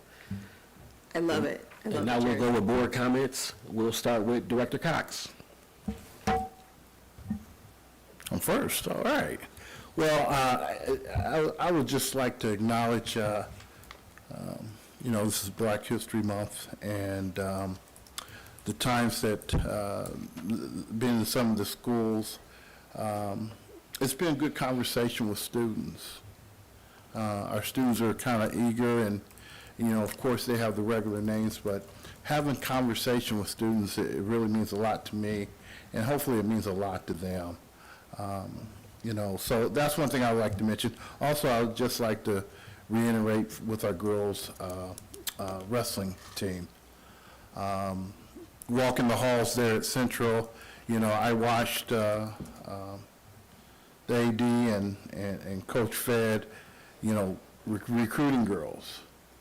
And I know next year they're going to have a lot more. So I just think that's is an accomplishment. I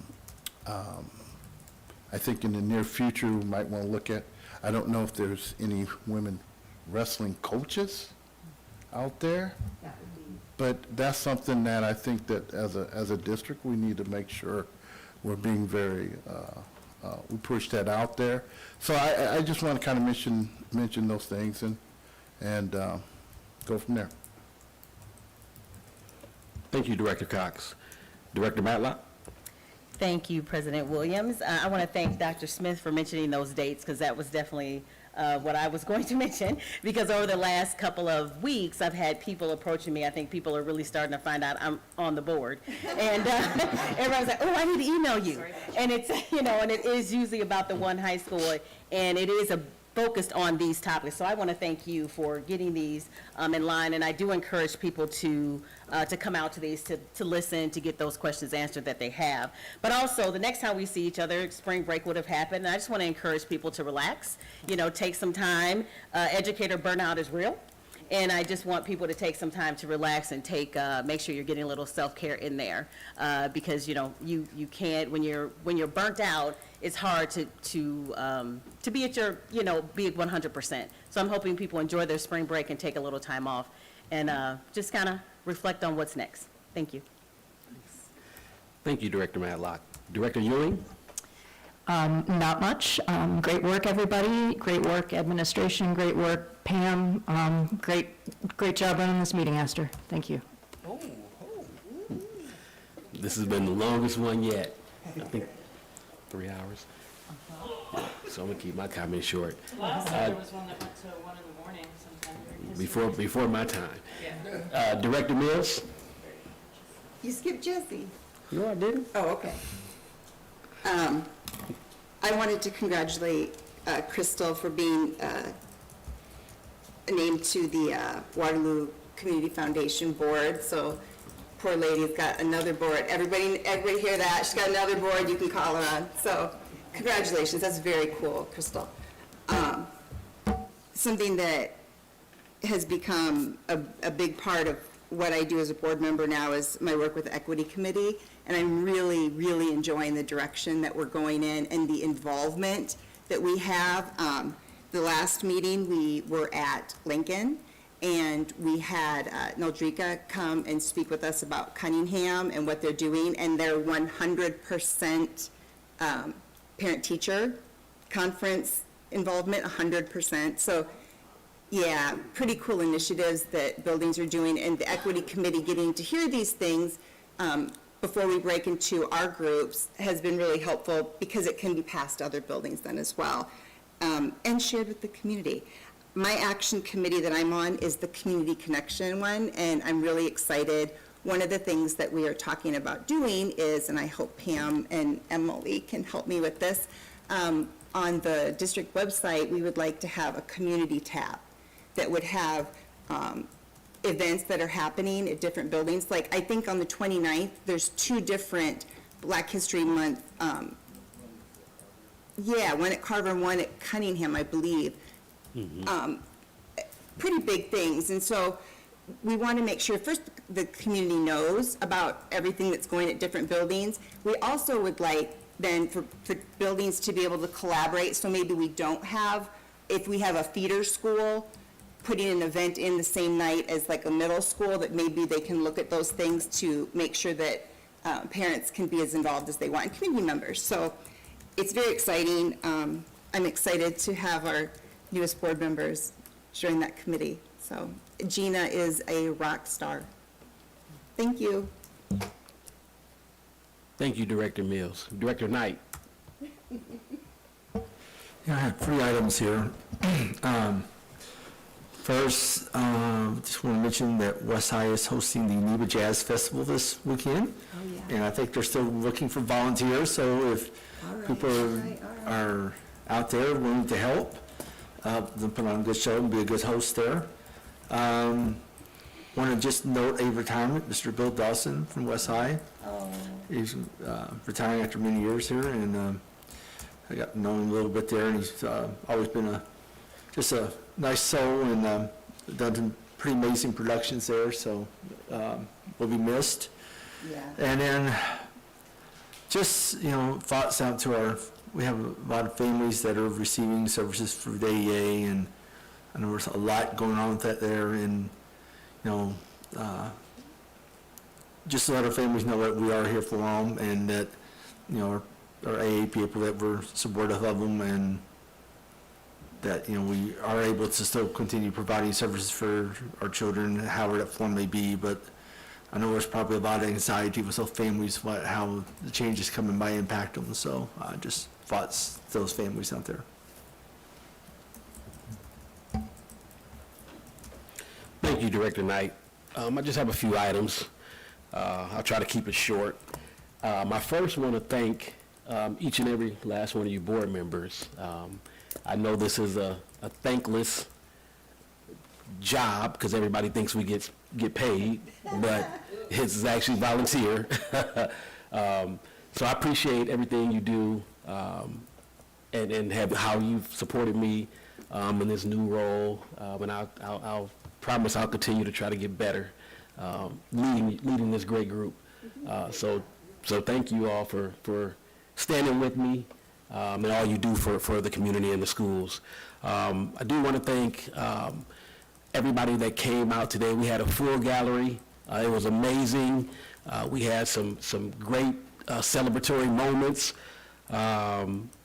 Lou Henry, Irving, West High, the BPA students, journalism. I was amazed at all the great things. We had the first wrestling group, female wrestling group that came as well. So if you look around, we have amazing things going on in the district, and they need to be supported and celebrated.